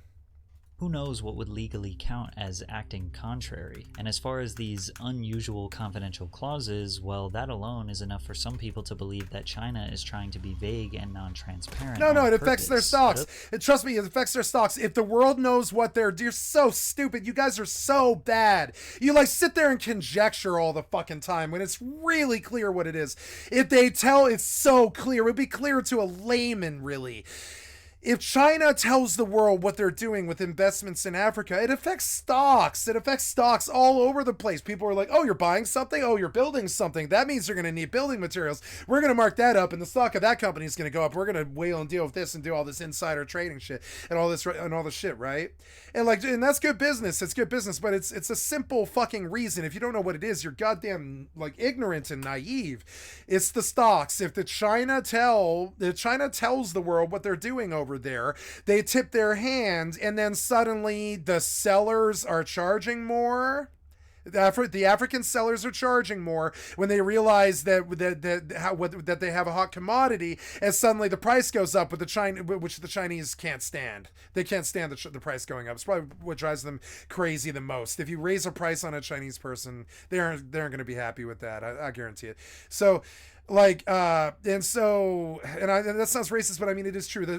A Chinese businessman is not going to like it when you suddenly raise the price. They want you to tell them you're going to do that. That is not how their price businessing works and all that. They talk to each other and stuff, you know? So they're willing to deal with the stocks too. And every time they make moves buying African companies and stuff, when the money is moved and money goes to a new company, they invest in the stocks in that company too. And they purchase stocks in the company that they just stimulated by spending a lot of money on. If you're going to the ammo vendor, one of the reasons I don't like modern RPGs that much is there's not enough depth anymore.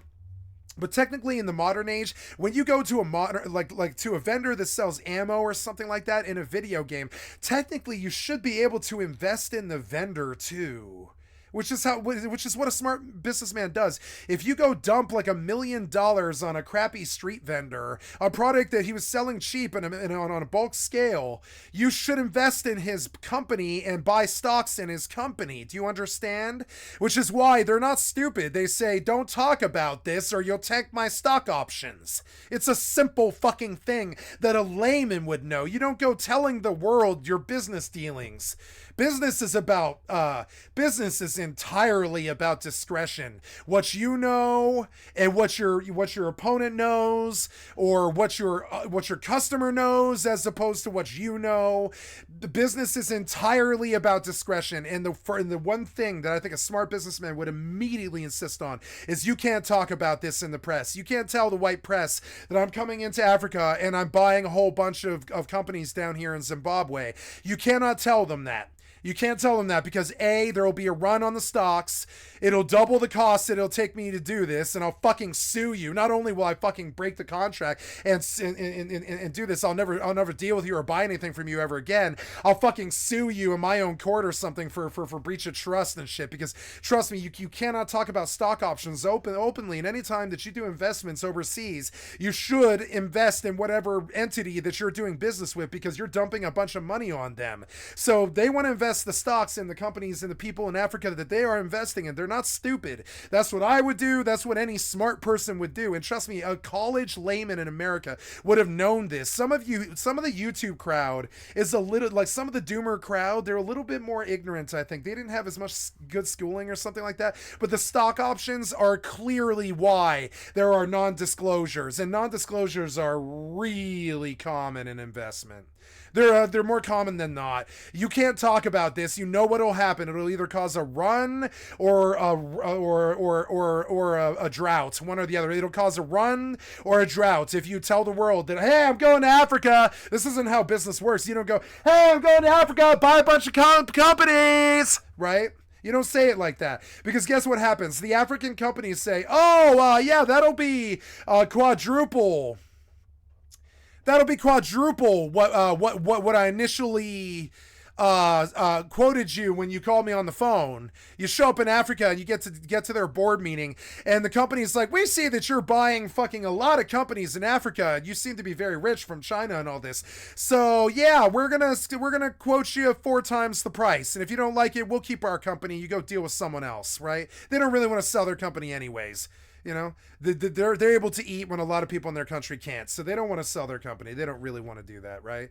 So they say, okay, 4 times as much. And guess what? The Chinese say, fuck you. You've been talking to each other. You broke the fucking non-disclosure agreement. The other companies aren't supposed to know that we're buying you, because then it causes a run. If you have any simple fucking understanding of how doing a business transaction, and even an MMORPG on a trade or a fucking auction house or something like that, you would know this shit. Anytime that your seller or buyer talks to all the other people in their community about what you bought or sold, it causes either a run or a drought or quadruple pricing. One of the 3. It's simple econ 101. If there's interest, the price rises. You understand? Where there's supply and supply and demand is part of it, but I mean, it's also like where there's interest, the prices rise. So yeah, the Chinese go in there and they're like, yeah, I don't know why the world needs to know that we're buying African companies. This is how I would do it as a rich white American who had a clue and was buying African ghost companies and shit, you know? And so I was like, I would come in there and be like, you can't talk to the other board members at your cigar bar about this. You can't. When they ask you, you say, we don't know about this one yet. And that's in the contract. That's what your response is going to be. If they ask you what's going on, you say, I don't know. We haven't done anything yet. And that is a lie, but it is not one that hurts you, and it's not one that hurts me, and it's not one that hurts them, really, because the only thing that they'll do is raise the price. That's it. And that's why the Chinese come in there with the NDAs. It's fucking dumb. You can see exactly why they do it. It's really clearly like really like 2+2 stuff. If you go someplace and you show interest in buying something, they raise their fucking prices. Is that a simple enough concept to understand? So this is why the non-disclosures exist. It really bothers me that you don't have the intellect. You seem like you have this ultra fucking extremely intellectual fucking video that's really deep and really awesome. It had a lot to do with social and economic African things and all this. But I mean, like, I come down to it as a fellow intellectual, you struggling with why they have the NDAs is beyond me. Most businessmen don't talk about shit. I guess you just never been a businessman before. They don't tell anyone what they're doing. Others believe that this is just extremely standard contract practices. Yeah, that's standard contract. What the fuck are you talking about? I would be very uncomfortable to sign a contract with anybody that I was spending more than $1 million on without telling them, I will never do business with you again. I will sue you for breach of contract if you do tell anybody that we did this business. And understand, I don't say that to hurt you. I say it because they'll raise prices on me. A basic ass businessman would know. They'll raise prices on me. And that's what you tell them when you say why you want the NDA. When they say, why do you want the NDA? Oh, well, because if anybody else finds out about this, there will be a rise of the prices and we can't buy the amount of companies that we need to buy. It's a simple reason. And honestly, a good businessman would be sympathetic. They would be like, yeah, I am kind of sympathetic to that. If anybody finds out that you're down here buying businesses from China and trying to solve problems and stuff like that, there will be a run on the pricing and it will cost you 4 times to do the business down here. And I like your money. I like getting your money. I liked getting your money. Why would I jeopardize that again? And they're going to like getting your money too. So yeah, we don't tell them that you're on a bull buying like Embracer or something like that. You're on a bull buying run like the Embracer group. It doesn't help if anybody tells them that you're on a buying run. You understand? What will happen is every single vendor will quote you 10 times the price. That is a guaranteed. You understand? It's as guaranteed as the sun rises tomorrow. Every single last one of them, if they think you have any interest in actually buying more than one company or something like that, right? They're going to immediately raise the price by 4 to 10 times what they quoted you on the phone when you agreed to come talk to them, right? And that sucks. And this is how business works. And it sucks that you guys don't know. You're like scratching your heads here. And I think it's because you weren't really well educated. A simple Econ 101 class and you would have known how this works. Interest means price gouging. That the World Bank and any interest. And this is another thing. Only idiots will brag about how much they paid or how much of a deal they got. Only idiots talk about that unless it's like a corporate entity that's giving them a coupon or something like that. That's fine to talk about. But I'm talking about like when somebody cuts you a good deal, you shut the fuck up about it because A, that's a good person who cuts you a good deal and you respect them now. They cut you a good deal. B, they shouldn't have to expect to cut that deal for everybody that they deal with. That's disgusting. That's not how commerce works. C, like if they talk, their business plan is leaked to the entire public, then you don't have a business plan anymore. Your competition just comes in, hits you on your weak spot, and you're done. So they also can't tell anybody what they're doing. So privacy and NDAs should be, I think, required by law. I think with a business deal, NDA should be fucking like implied by law. I think in America, anyways, one of the things that I would do to some of the social structure of America, if I was in control, is I would definitely change the policy on contractual sales where NDA is implied by law. Like you can't talk about it at all. You can't talk about pricing or what you got, what deal you got, what they sold you, how much they sold you. I don't think that should be public knowledge. I don't think it should be. I think you can offer that stuff if you want to in IPOs or otherwise. But I mean, if you don't know what an IPO is, it's an initial public offering, right? Which is when you ask the public what they think your company is worth, and then that's what you charge for the stock, right? And that's Econ 102, but I mean it's still sort of the same basic stuff. If you show interest in something, the price will rise. Is that a simple one enough to understand? If somebody sees that you like something in their store, or they see that you're in town buying stuff and spending money, they're going to raise the price. It's a simple smart, like a smart person would have known it intrinsically. And so I wonder sometimes about the faking culture of the YouTube, because some of these kids, I think they're using AI doctored scripts and they come across as genius because they have an AI doctored script. But I think in the end, when it comes down, they scratch their heads and they mispronounce words, and you could tell that they didn't have that good of an education. Some of them I think sound illiterate to me, and it's weird. And I think they're hiding. Small bank in existence. And so then they scratch their heads on something simple about why an NDA and a business agreement would exist, which is that anybody who knows anything about a business deal immediately knows that the pricing is going to change. The pricing is going to change. When the person realizes that you are going to buy what they have and you're a believer in the product that they have at the price that they're going to quote you, they're going to raise the price. It's a simple fucking reality in this world.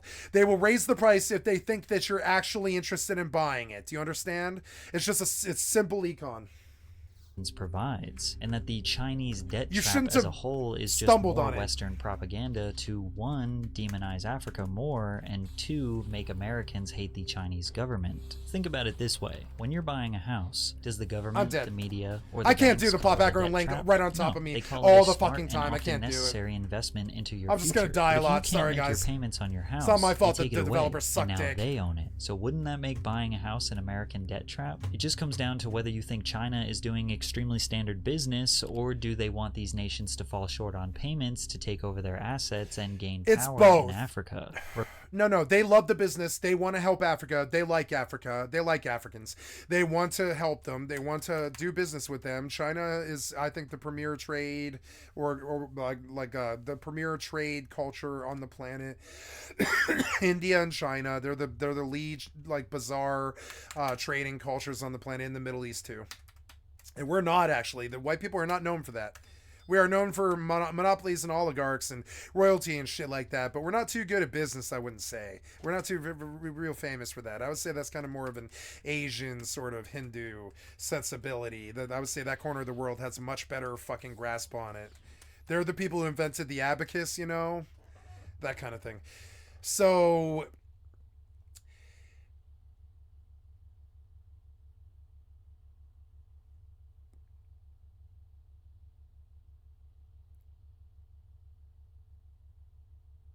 it's incredibly naive. I'm just going to stop. Regardless, Akon's relationship with these Chinese financiers and previous success with lighting Africa allowed him to pitch his newest venture, Akon City. He claims that he was able to get his $1 billion credit line raised to $5 billion with these Chinese investment groups. Following the announcement of the city, Akon went on a publicity tour promoting the new project. The president of Senegal needs 3 square miles of land.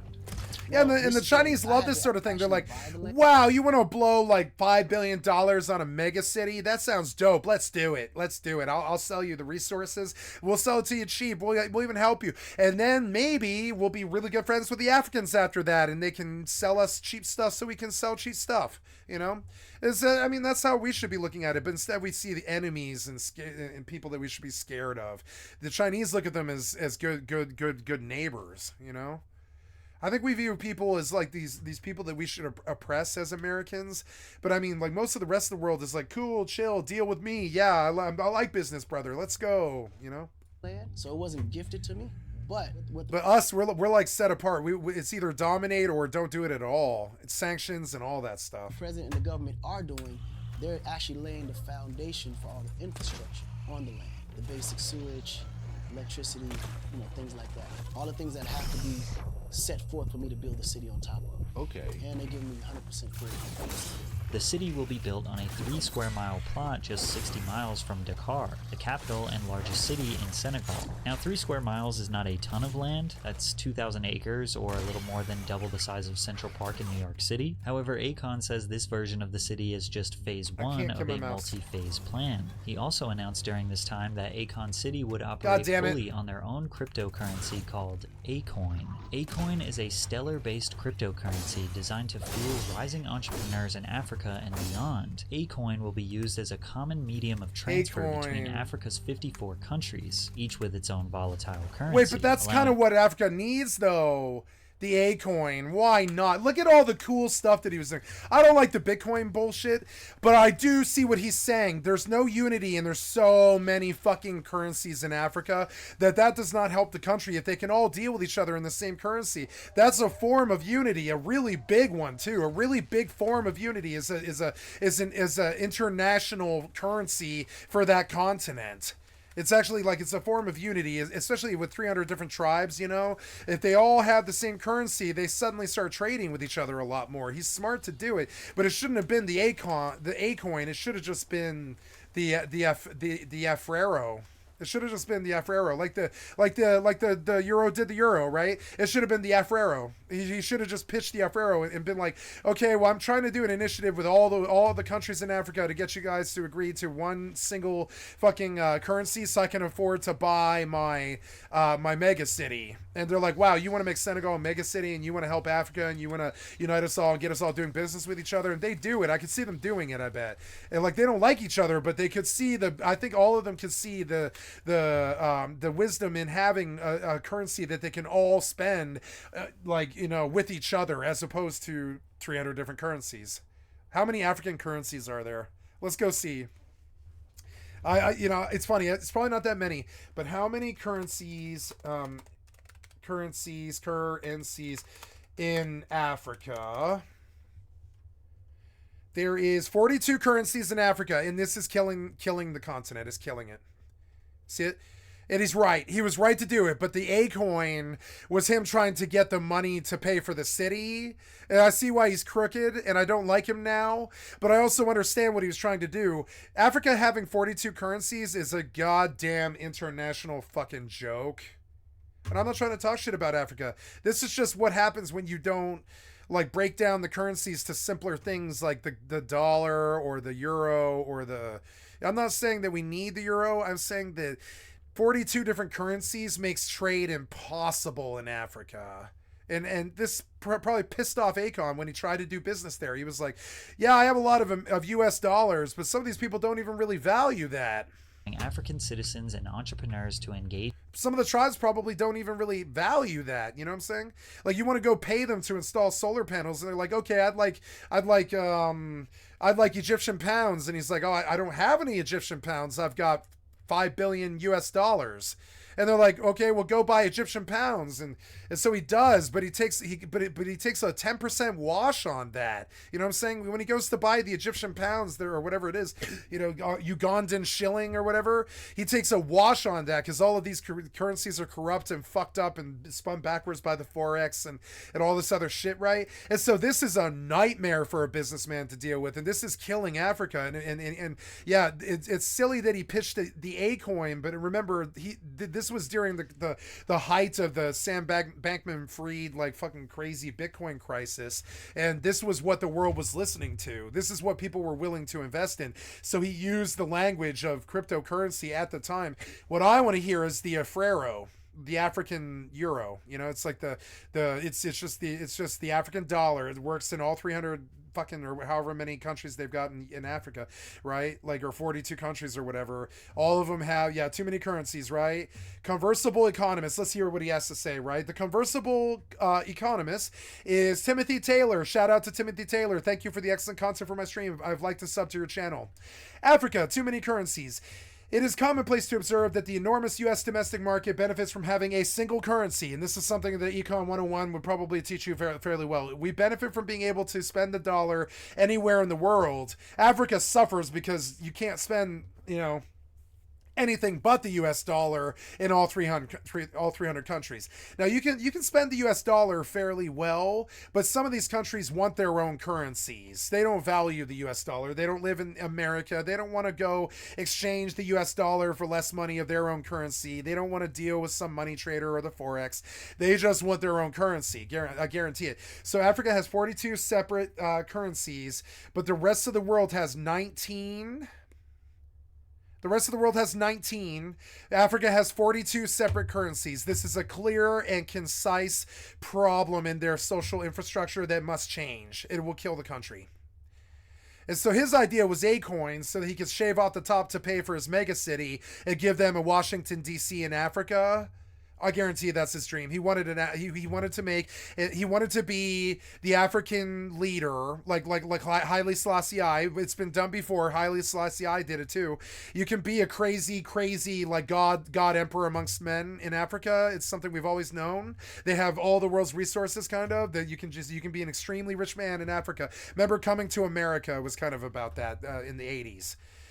But you can be extremely rich in Africa. That it is possible. They have a lot of the world's resources. They can't be very rich, but they have 42 currencies, which isn't good. Now, I don't think the Bitcoin is the answer. I think it's the Afrero. And this is where his foolishness and being caught up in the scenes that he was in kind of blinded him to the 100-year dream, which is that I doubt any world governments want to base their shit off of cryptocurrency, Akon. And I hope Akon does see this someday. And I wish to teach him the lesson. It sounds like I'm being superior. I'm not trying to be.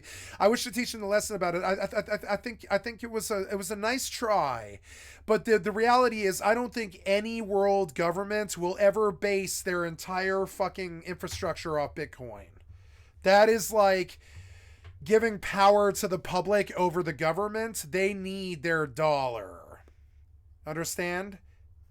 They need to tax it. They need to print it. They need to control it. They need to forex it. They need to defend it. They need to make sure it doesn't deflate or inflate. They need to just keep it where it is. That's how good forex is keeping the currency at where it should be, like the Japanese did with the yen. And when I learned Forex, I had to learn that the yen has never changed. They will not let them inflate it. The yen remains a Japanese currency that cannot be corrupted or whatever the fuck. And this is one of the reasons why Japan is so strong and why they own most of the American debt. Japan owns most of the American debt, Japan and China. And so... there's a newly founded African Continental Free Trade Area seeking to reduce barriers to trade and investment across the countries of within Africa. They're talking about keeping the business within the borders, starting a country. Imagine if every state in the Union of America had a different dollar. And it was like the Colorado bill and the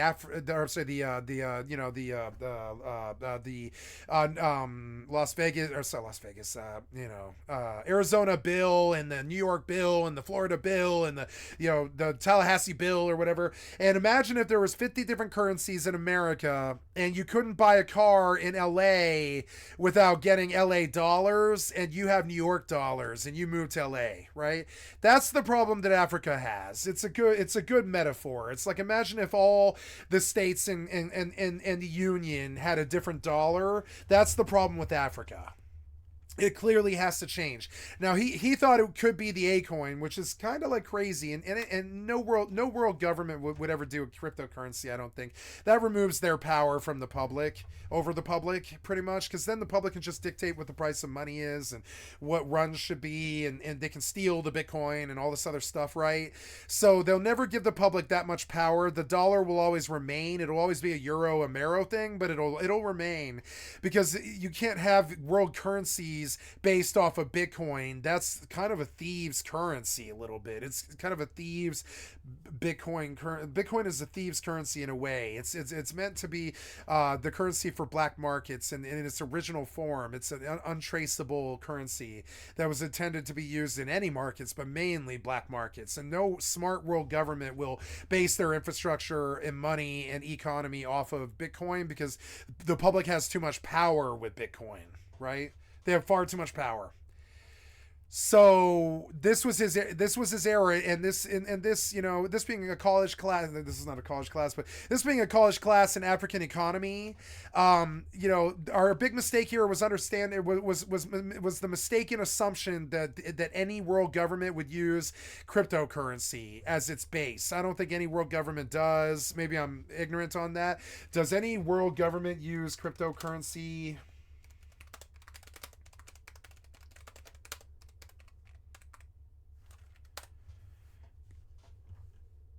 Yes, El Salvador became the first country to use Bitcoin as a legal tender in 2021 to promote financial inclusion, job creation, and remittances, because they're so poor they need it however they can get it. As of March 2024, El Salvador has 5690 BTC, valued at around 400 million, and President Nayib Bukele has announced plans to buy one Bitcoin every day until fiat currencies become unaffordable. And so, yes, this is happening, but it hasn't happened yet. And he was foolish to try with Africa. They were never going to do that. Africa believes in gold, and so do I. With the digital economy with only a mobile phone. People don't always have... Africa believes in gold, oil, and the US dollar. Those are the three things that will be the only unified currency in Africa is the US dollar. Anything else is just going to be that country's currency, right? And so this is incredibly difficult to thrive when you can't even trade with your own countries, in your own union. Imagine if we couldn't trade with Canada or Mexico. Imagine if the fucking shithead, worthless right-wing Republicans had their way with this border crisis and damaged our Mexican relations for 1,000 years or something like that. Imagine how fucking stupid that would actually fucking be if we couldn't actually trade with Mexico. That is just fucking crazy.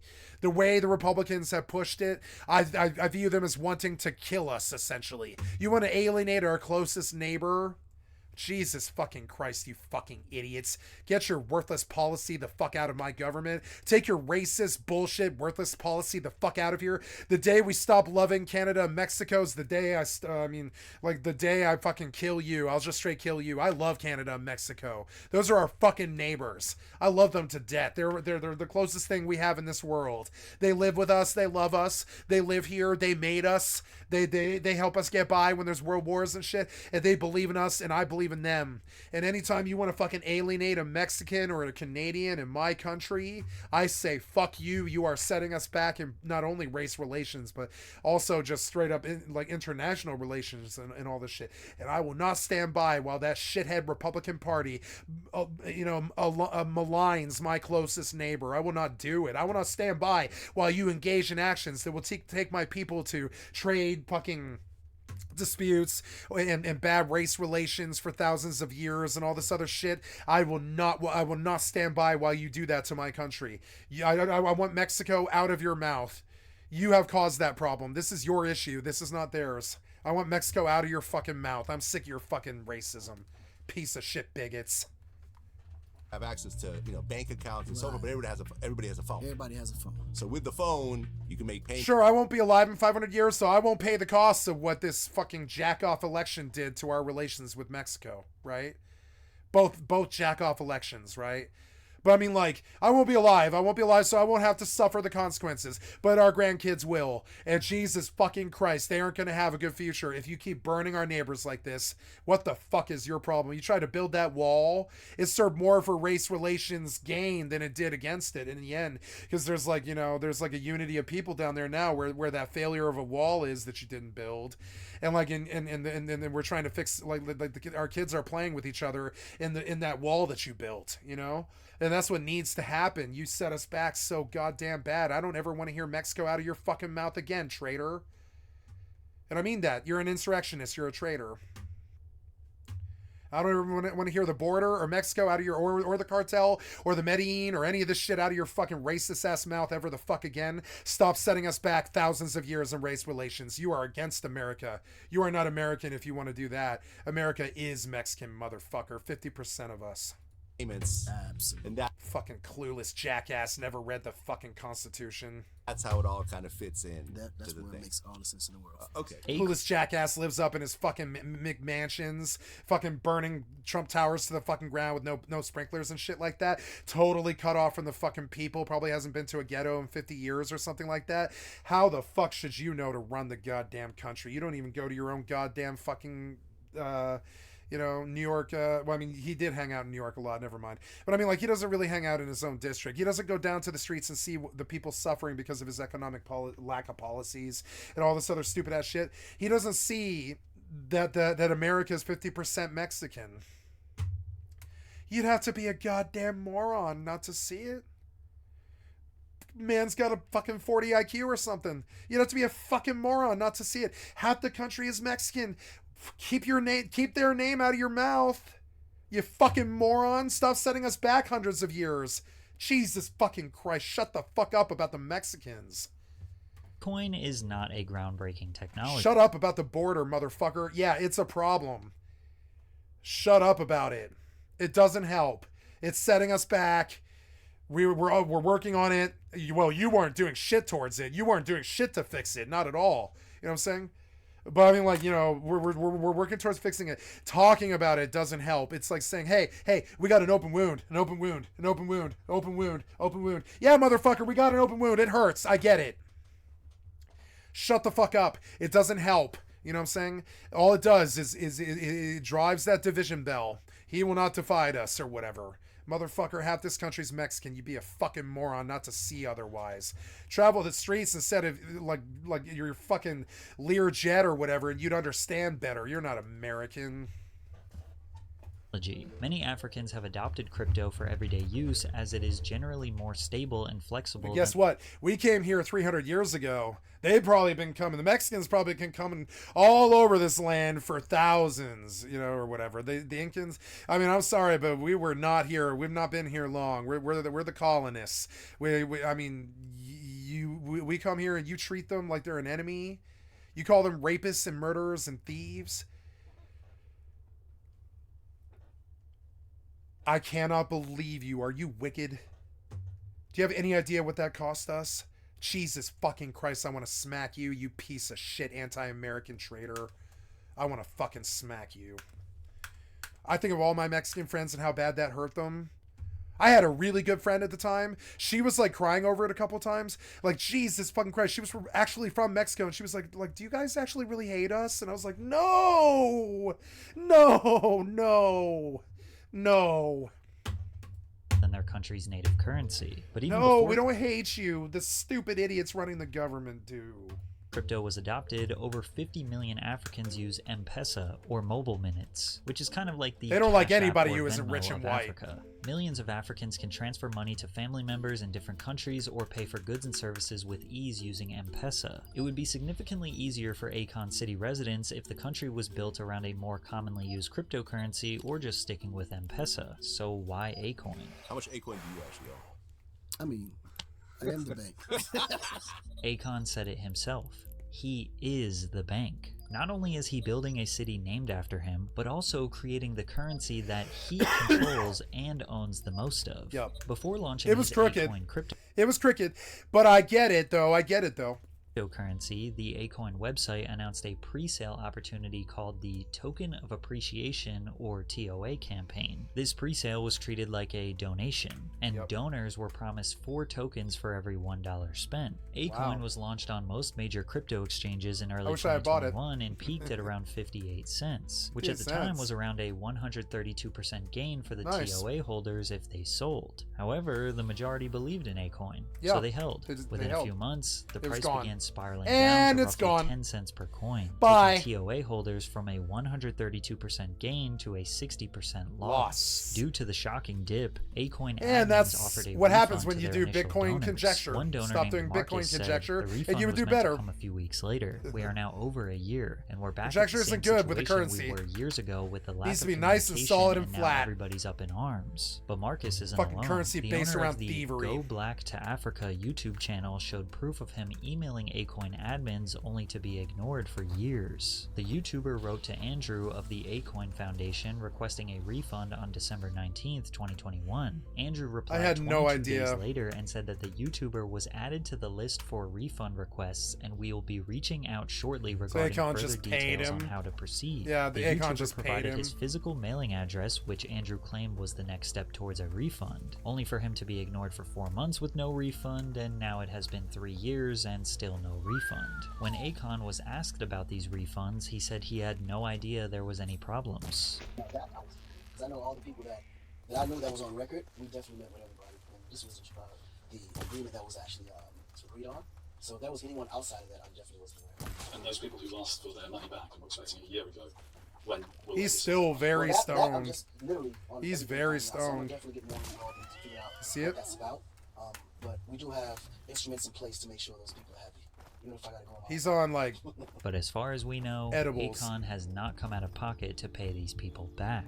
The coin eventually fell to $0.0029, which is essentially a 100% loss. At the moment, Acoin is not listed on any cryptocurrency exchange, so nobody can buy it, sell it, or use it anywhere. It is worth nothing. Akon had appeared that he was doing a good job, but it seems though that he is just like most who would want to use Africa only for his own benefit. As if it couldn't get any worse, Akon City today is an utter ghost town. Last year, this picture went viral of one singular Minecraft concrete brick laid in the center of Akon City, showcasing an extreme lack of progress being made considering the fact that Akon said the city would be done by 2024. However, there is a little more than just this one stone. Today in 2024, you can see the first completed building, an extremely standard and non-futuristic building that they say is a recreational center. There's also another small, barely constructed building with a he spiral gave up. staircase. He gave up on the dream, and so now they're trying to make fun of him. That like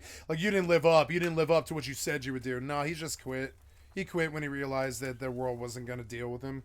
They weren't going to do business with him, so he stopped. And that's what I would do too.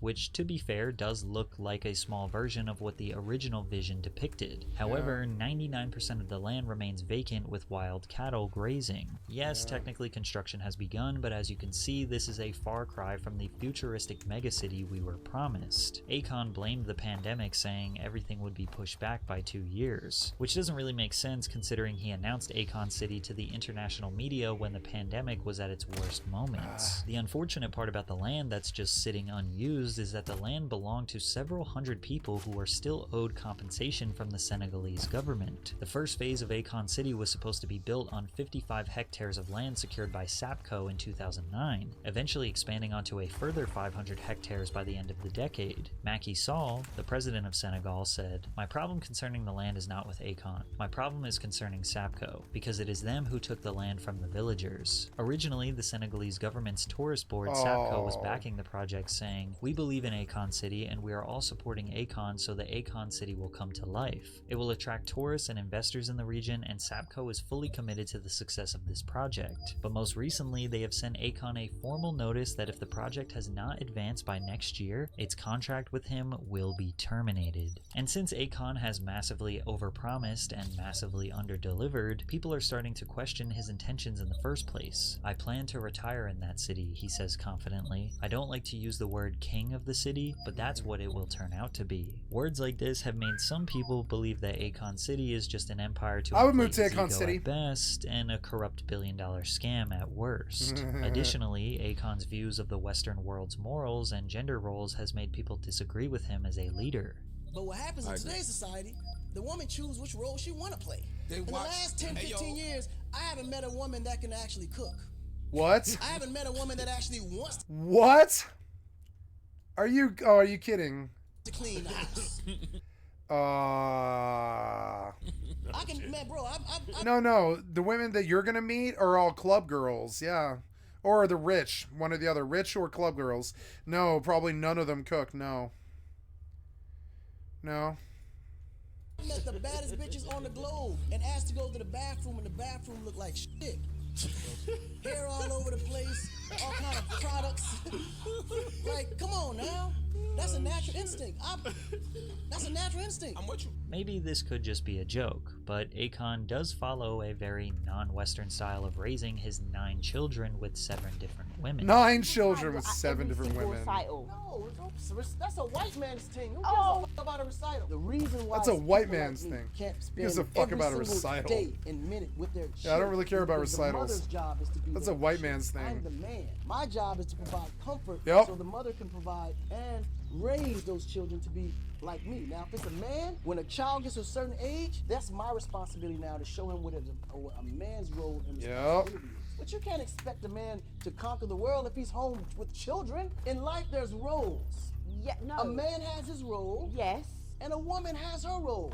But the day the woman believes that the man is supposed to share her role with her, then that means she's lacking. I don't go pull my wife out to the construction site to go pull nails in 2x4s because that's not her play. A guy ain't got time to be in the house all day with no kids. Now, this could be chalked up to just a traditional style of raising a family, but sometimes he justifies his beliefs with extreme levels of bro science. So, as Bro a woman, science.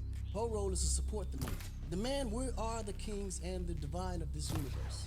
What? A woman can never compare to the man. Oh my They god. have to understand that here in America. The women don't create life.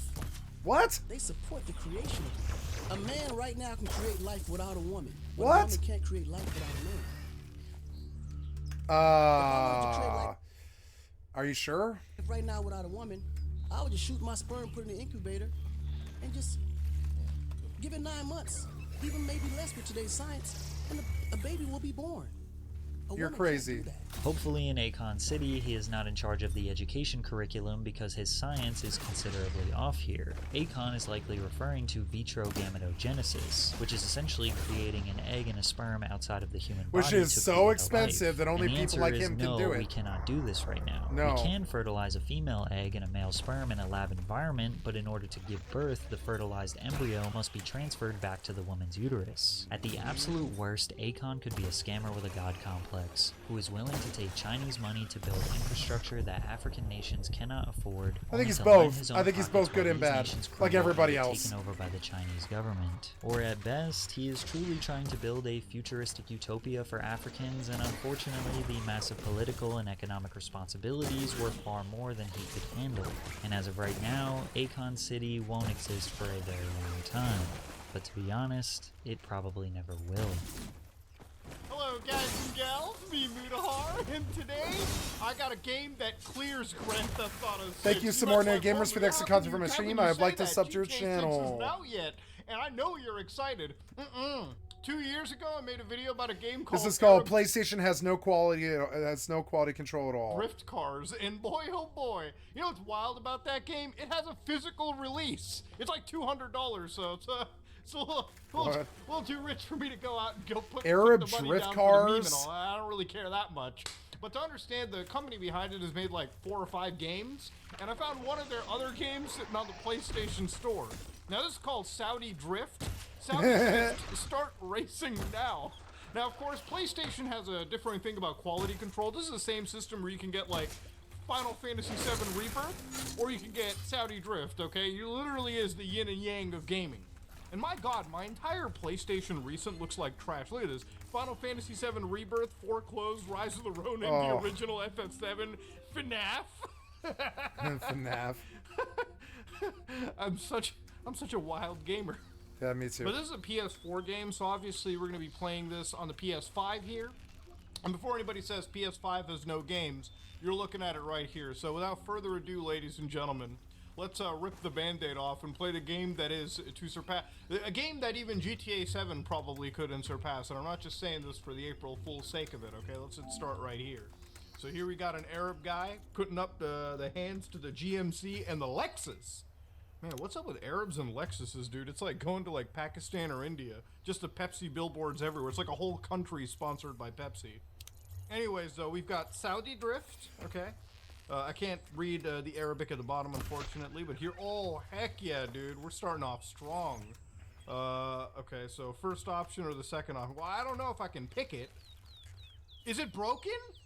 Dude, I paid 30 Canadian for this.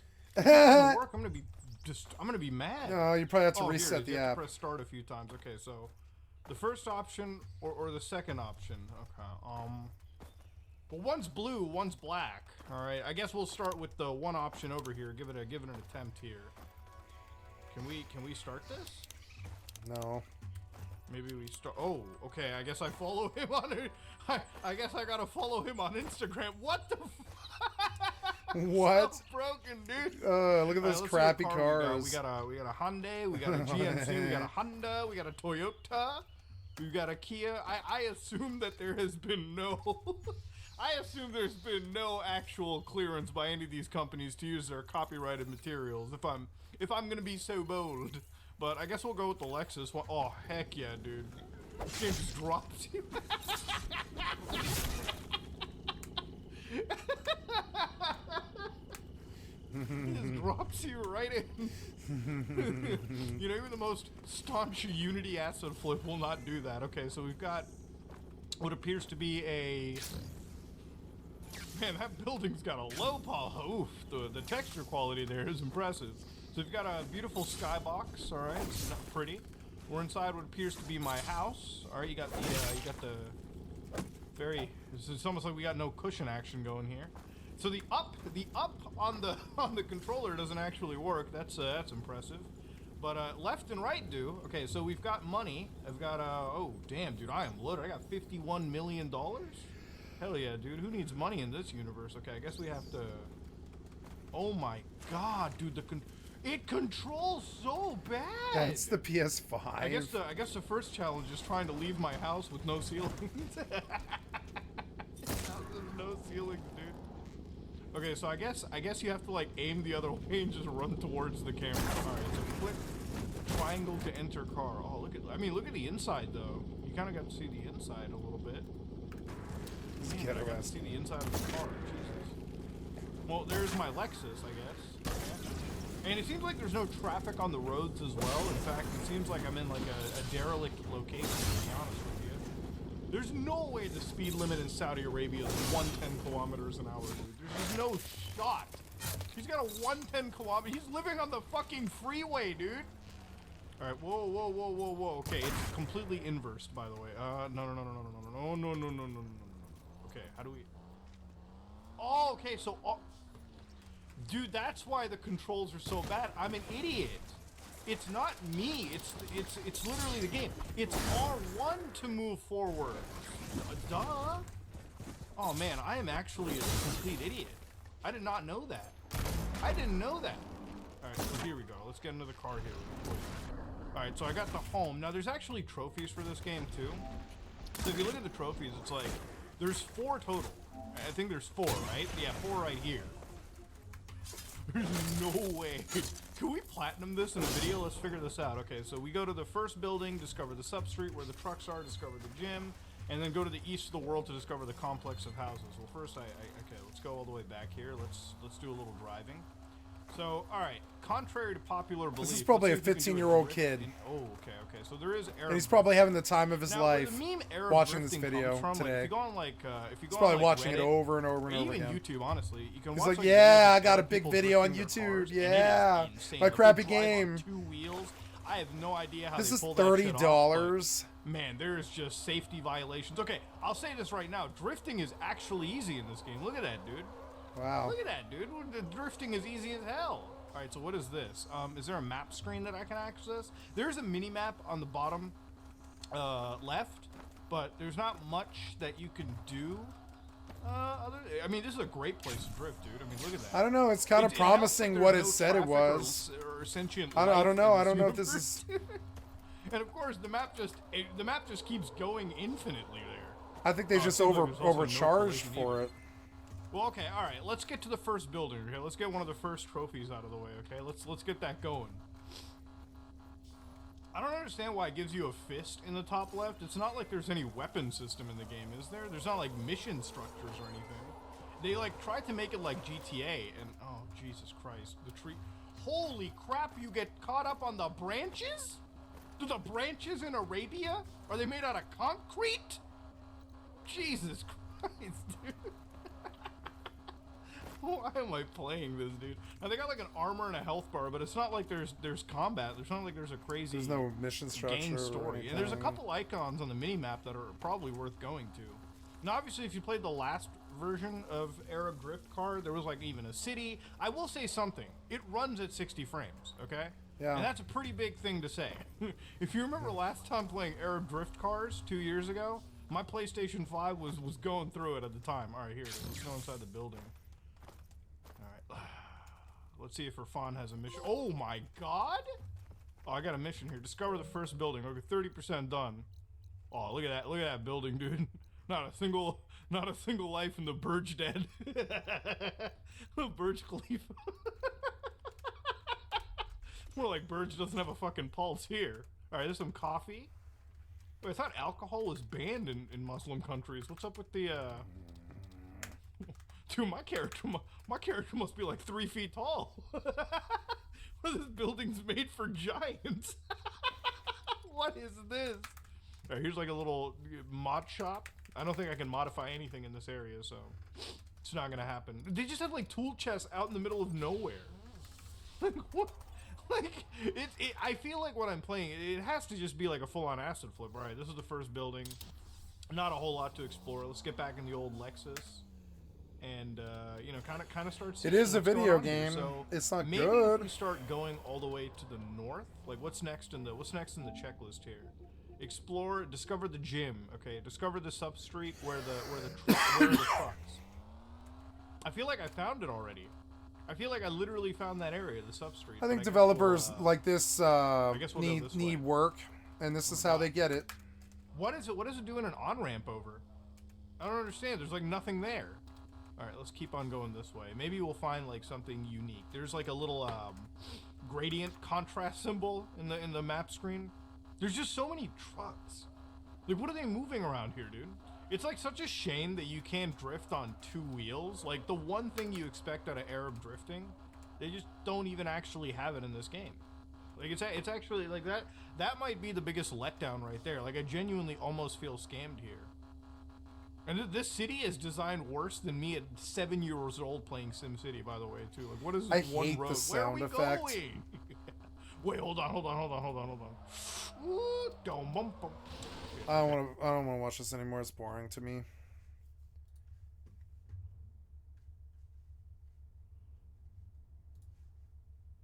Yeah, close the player, yeah.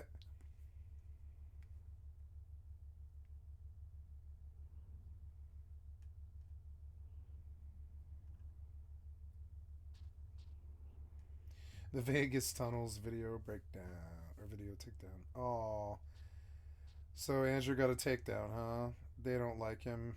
They don't like that he's coming into his own. It might actually expose a lot of the government's problems. So they're probably like starting to mess with him, I bet.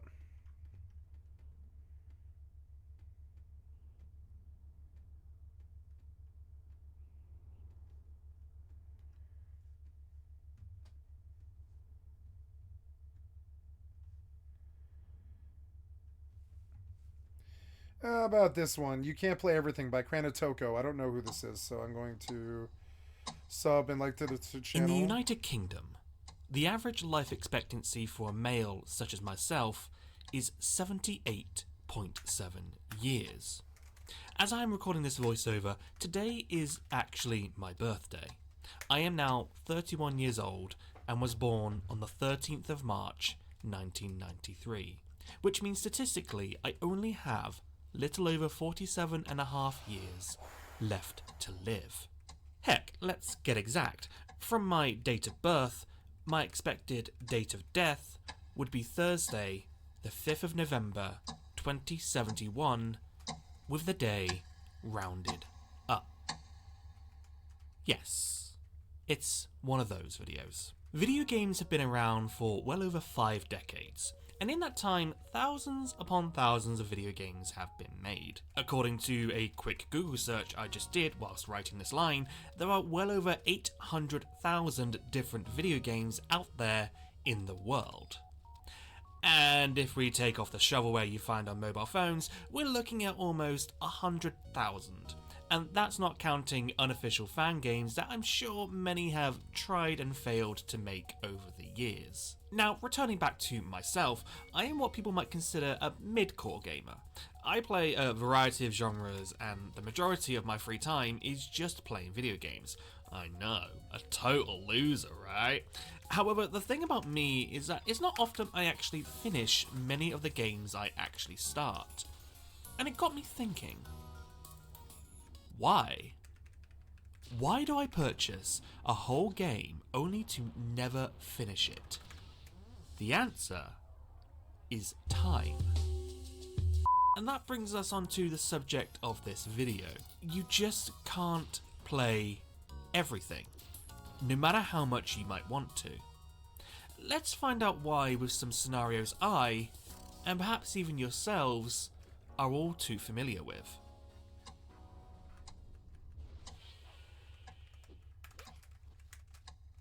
Imagine this. You're playing a brand new video game you just bought and you're enjoying it. You're halfway through completing it. But then, what's this? A brand new shiny video game that everybody is talking about that you've also been looking forward to playing comes out, and, well, you don't want to miss out now, do you? People could spoil it, and there's so many cool things you've seen. You've just got to play it. So inevitably, you stop playing your current game and play the new one, where afterwards it usually goes in a few directions. The same thing happens again. You find a shiny new video game whilst playing this one, and the cycle continues. Or, you actually do complete that new game, but it's been a long time since you played the game you stopped playing. You've forgotten the story, the mechanics. You put all those hours into the game. You might even have to start over to remind yourself on what to do, but that means it's so many hours just down the drain. Time of your life you've just wasted. And therefore, you may not go back to it. At least not right away, because then maybe a new game comes out. Oh, doesn't it look so cool? but it's a direct continuation of that game you stopped playing a few years ago. But you're determined, so you start up that game again from the beginning after putting it off for so long. I'm gonna move my television, I'll be right back. Well, the same scenarios may occur, but there's also another scenario, and that is burnout. You did complete the game, congratulations, and now here's the sequel, just in the nick of time. As much as you enjoyed the last game, you feel so tired of the franchise for now, and so you decide to put off the sequel. Perhaps never even play it.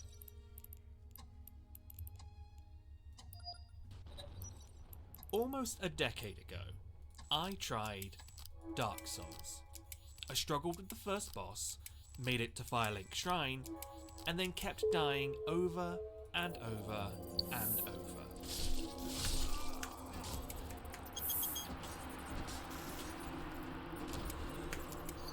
I didn't understand the appeal of these games, so I gave up. Then Bloodborne came out. Again, I didn't get too far into that, and gave up too. A couple of years went by, and I decided to watch two dudes play through Bloodborne. They were the Game Grumps, and I saw how bad Aaron sucked at the game. But do you know what he did? He persevered. This is probably one of the first times in my life I ever felt inspired. If someone like Aaron Hansen, who is notoriously bad at paying attention to directions, can beat the Souls games, surely I could. And I did. I beat them all. Demon Souls, Dark Souls, Dark Souls 2, Bloodborne, Dark Souls 3, Sekiro, Elden Ring. 8 or so years ago, I despised these types of games. They were too hard. But I persevered. And now, these are some of my favourite games of all time. If you're someone who finds things like Souls games too hard and needs an easy mode, then these games just... I'd challenge him to do all 9 of them on keyboard mouse like me to platinum. I think he's riding on controller. You understand? I think it's more... The game is actually more designed for controller. And I think he beats it on PlayStation, which is valid. But I want to see him do the same thing on a keyboard mouse. Aren't for you.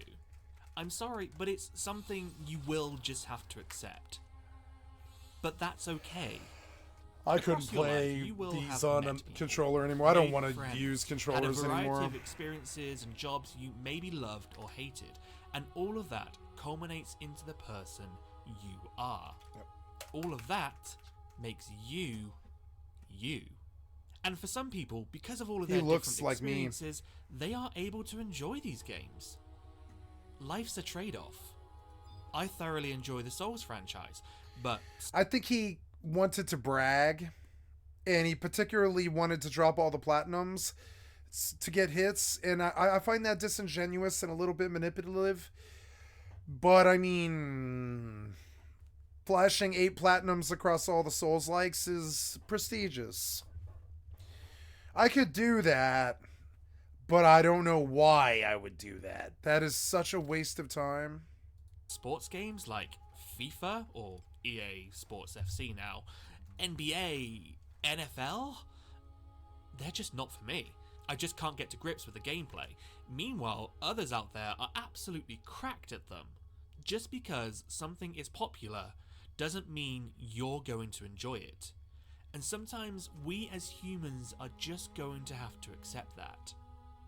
After all, Christopher Nolan films? The majority just don't appeal to me, and most of them are just bad. There, I said it.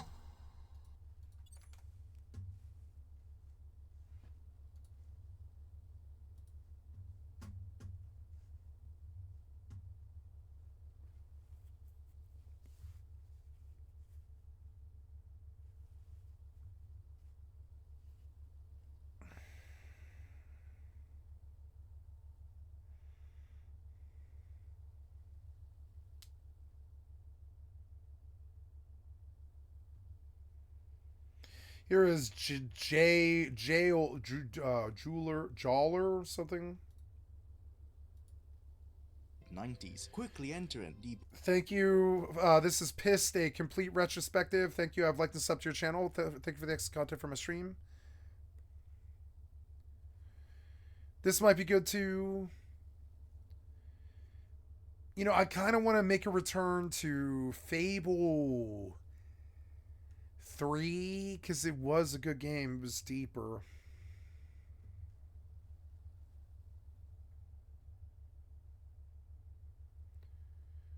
Your schizophrenia is kicking in again? That's weird.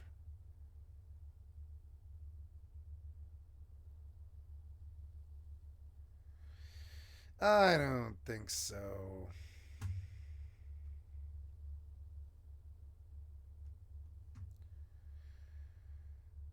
The end of Classic. I like Barney a lot, but I don't really want to do this Fallout or this WoW stuff anymore. Stoned Skeleton Gaming. Okay. The greedy and egotistical decline of Bethesda Game Studios. Yeah, I never finished that one, huh?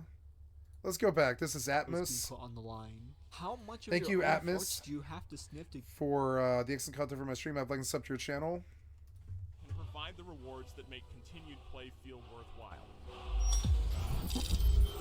Skyrim is a rare. This is definitely still a wasteland worth exploring. Just don't expect almost Fallout 4. overwhelming variety that this game just blows away pretty much anything similar. Barely anything even comes close. Woo! And one of the great things about having a fully dynamic game engine is all of this just works. Fallout 76 is an unfinished, unimaginative, and unacceptable product that Bethesda should be ashamed of. The characters' facial expressions and lip syncing, which are done procedurally by a program, are incredibly accurate, and the character models look It's very loud for no reason. Start with the world, and this time it features all new rendering, lighting, and landscape technology. It allows us to have 16 times the detail. It had the same areas, it had the same loot, it had the same combat, it had the same gameplay, and it was boring. It was. What happened to Bethesda Game Studios? They used to be one of the most revered and well-beloved game studios out there because there was once upon a time where they used to care about having goodwill with their fans and having decent morals as a company. They used to make these sprawling, handcrafted worlds filled with so many unique locations and special interactions. They were once one of the best studios for open-world sandbox RPGs because they actually cared about the quality of the player experience. But now they're not that same studio that we once loved anymore. No. There's something completely different. Something unrecognizable. Their stories were massively streamlined and oversimplified, their worlds were less memorable, and their gameplay hasn't seen an innovative change in over a decade. They've lost all the passion that they once had. Now it seems like Bethesda has let all the fame and glory get to their heads, and now they've become the same soulless, blood-sucking, greedy company like many of the others in the gaming industry. And the worst part about this is that it seems like they don't ever plan on changing their ways back how they used to be. Because after playing Starfield and seeing how this was supposed to be the culmination of 8 long years of blood, sweat, and tears, we get a complete dud of a game. And not only that, but they are completely adamant and stand by all the design decisions they made for this game, and that is worrying. Now it's been about 4 months since Starfield's been released, and since then it's met a lot of pretty mixed reception from hundreds and thousands of players. And now it's sitting at a solid 63% overall rating on the Steam store page, with a slew of mostly negative reviews bombarding it recently. Many of them stating the exorbitant amounts of loading screens, boring dialogue, repetitive procedural generation, and so much more. And to be honest, I agree with this rating on Steam because Starfield is pretty mid. While it doesn't do anything offensively wrong, it also doesn't do anything great either. It's a middle-of-the-road milquetoast game at best, and a shallow amalgamation of half-baked ideas at worst. It's like eating an unseasoned piece of white chicken meat. No flavor and extremely dry. But that's not the worst thing about Starfield. The worst part is that the devs are doubling down on the decisions they've made with the game, even going so far as to tell disappointed players that they're wrong and that the game is actually good. And after seeing how Bethesda Game Studios responded to the criticism, it kinda revealed a concerning future that BGS is barreling towards with no plans on stopping anytime soon. The dark reality that Bethesda games going forward will most likely be at the same level of quality, or lack thereof, as Starfield. And as a longtime fan of Bethesda games, this is concerning. For so many years, Todd Howard has pushed the idea that the games were good because of this so-called, quote, Bethesda magic. That their games, despite all their jankiness, were amazing because they, quote, just work. But as the years went on and people grew up, that thinly veiled veneer faded away, revealing that this so-called Bethesda magic was nothing more than just a copious amount of crunch time and spaghetti code. Todd's sweet honeyed words turned out to be no more than just a simple facade that's kept many people fooled for over a decade. It was even a miracle that the games even worked in the first place, with how many bugs and glitches were riddled all throughout them. When Todd Howard said that the games just work, that wasn't him being facetious, that was him being genuinely surprised that their final product wasn't a complete shit show with how chaotic their development cycle probably was. Now though, with the disappointing release of Starfield, that pixie dust that Todd's been relying on to fool us for so long no longer works, and we can finally see the dark truth about Bethesda Game Studios. And it's that compared to other Western AAA game devs, BGS is just as scummy, just as greedy, and just as mediocre as the rest of them. We've only been putting up with their bullshit for so long because their games used to be good. But after seeing how BGS responded to Starfield's criticisms, I don't think that's going to be the case anymore, because their egos have inflated to the point where they will deny any constructive feedback for their games and will continue to try and squeeze out as much money as possible from their fans. Now, to see where this decline started happening, let's go back to the year 2006 with the release of The Elder Scrolls Oblivion, the game that was revered by fans and critics alike as one of the best first-person single-player RPGs for its time. Everyone and the grandmother was giving this game 9s and 10s across the board, praising this game to high heaven. Bethesda Game Studios was everyone's golden child, and they felt like they were on top of the world. Untouchable even. So much so that they started experimenting with more ways to monetize their games. And in April of 2006, just 1 month after Oblivion's launch, Bethesda released their infamous Horse Armor DLC. We might look back at it now and think it's pretty silly to charge people for some cosmetic horse armor. I mean, who in their right mind would sell such a thing? Oh. Now, despite the heavy backlash of the horse armor, Bethesda would stick to their guns and go on to release even more microtransactions for Oblivion, each garnering decent success. And at this point is where Bethesda would start to reveal their more sinister and ominous side, the side that would eventually lead to an overall decline in quality of all their games and a loss of goodwill from the fan base. Your skill has increased. Fast forward to 2015 with the release of Fallout 4, where we would see Bethesda's complacency and hubris start to affect the quality of their games going forward. And while Fallout 4 was still a fun game for all it's worth, it was still considered to be the weakest entry in the Fallout series when compared to its predecessors. And as someone who's enjoyed Fallout 4, I like 4, but the client won't run well. Coming from. The dialogue options So were heavily annoying. butchered, making it so that no matter what you chose during the dialogue scenes, your experience would pretty much almost always be the same. Most of the branching paths and different storylines that were present in previous titles have been massively neutered to fit a more casual audience. Many of the characters were completely uninteresting and added nothing to the narrative. The story writing also removed a lot of the depth and little nuances that made the past Fallout games so revered, making Fallout 4 have one of the weakest stories in the franchise. The gunplay without the VAT system was incredibly mediocre compared to the other first-person shooters on the market at the time. And of course, this wouldn't be a trademarked BGS video game without the vast amounts of bugs and glitches littered throughout it.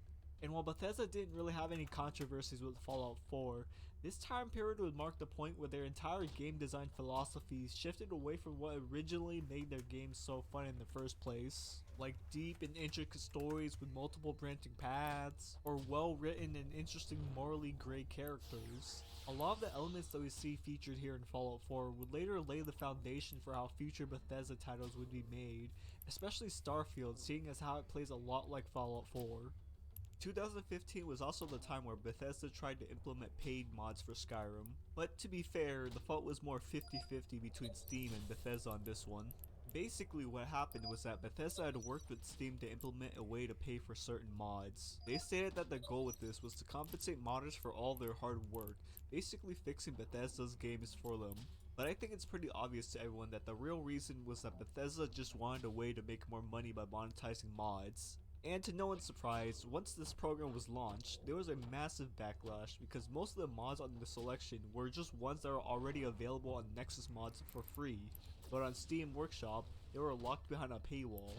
And just 4 days after they launched this program, Steam would shut it down due to the overwhelmingly negative reception.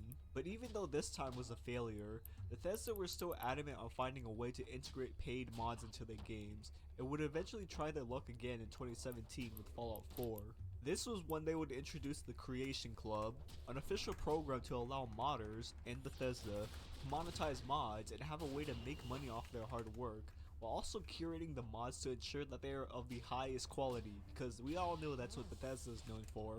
Anyways, Fallout 4's paid mods weren't as negatively received as Skyrim's, meaning that the Creation Club would mark the first step in BGS's plan to successfully monetize mods for all of their games. An ill omen for the future, no doubt, because just recently, as of December 2023, Bethesda have added paid mods back into Skyrim, and there doesn't seem to be much backlash so far. So now it's only a matter of time until they're added into Starfield. BGS have finally figured out a way to monetize the modding community, and this would set a precedent for their future game for sure. Bethesda's greed truly knows no bounds. Now let's jump to 2018 with the release of Fallout 76, the multiplayer Fallout title.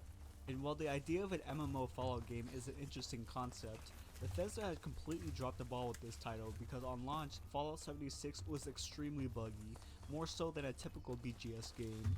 There was barely any content within it, and for some godforsaken reason, there were no NPCs throughout the entire map. This move was probably an attempt to cut costs so they wouldn't have to hire as many voice actors. But it seems like that didn't really pan out so well for them, as they would eventually add NPCs into the game a year later. This game was so poorly received that it currently sits at a 52% average on Metacritic, because even the big review sites like IGN gave it a 5 out of 10, which is like a 3 on everyone else's scale.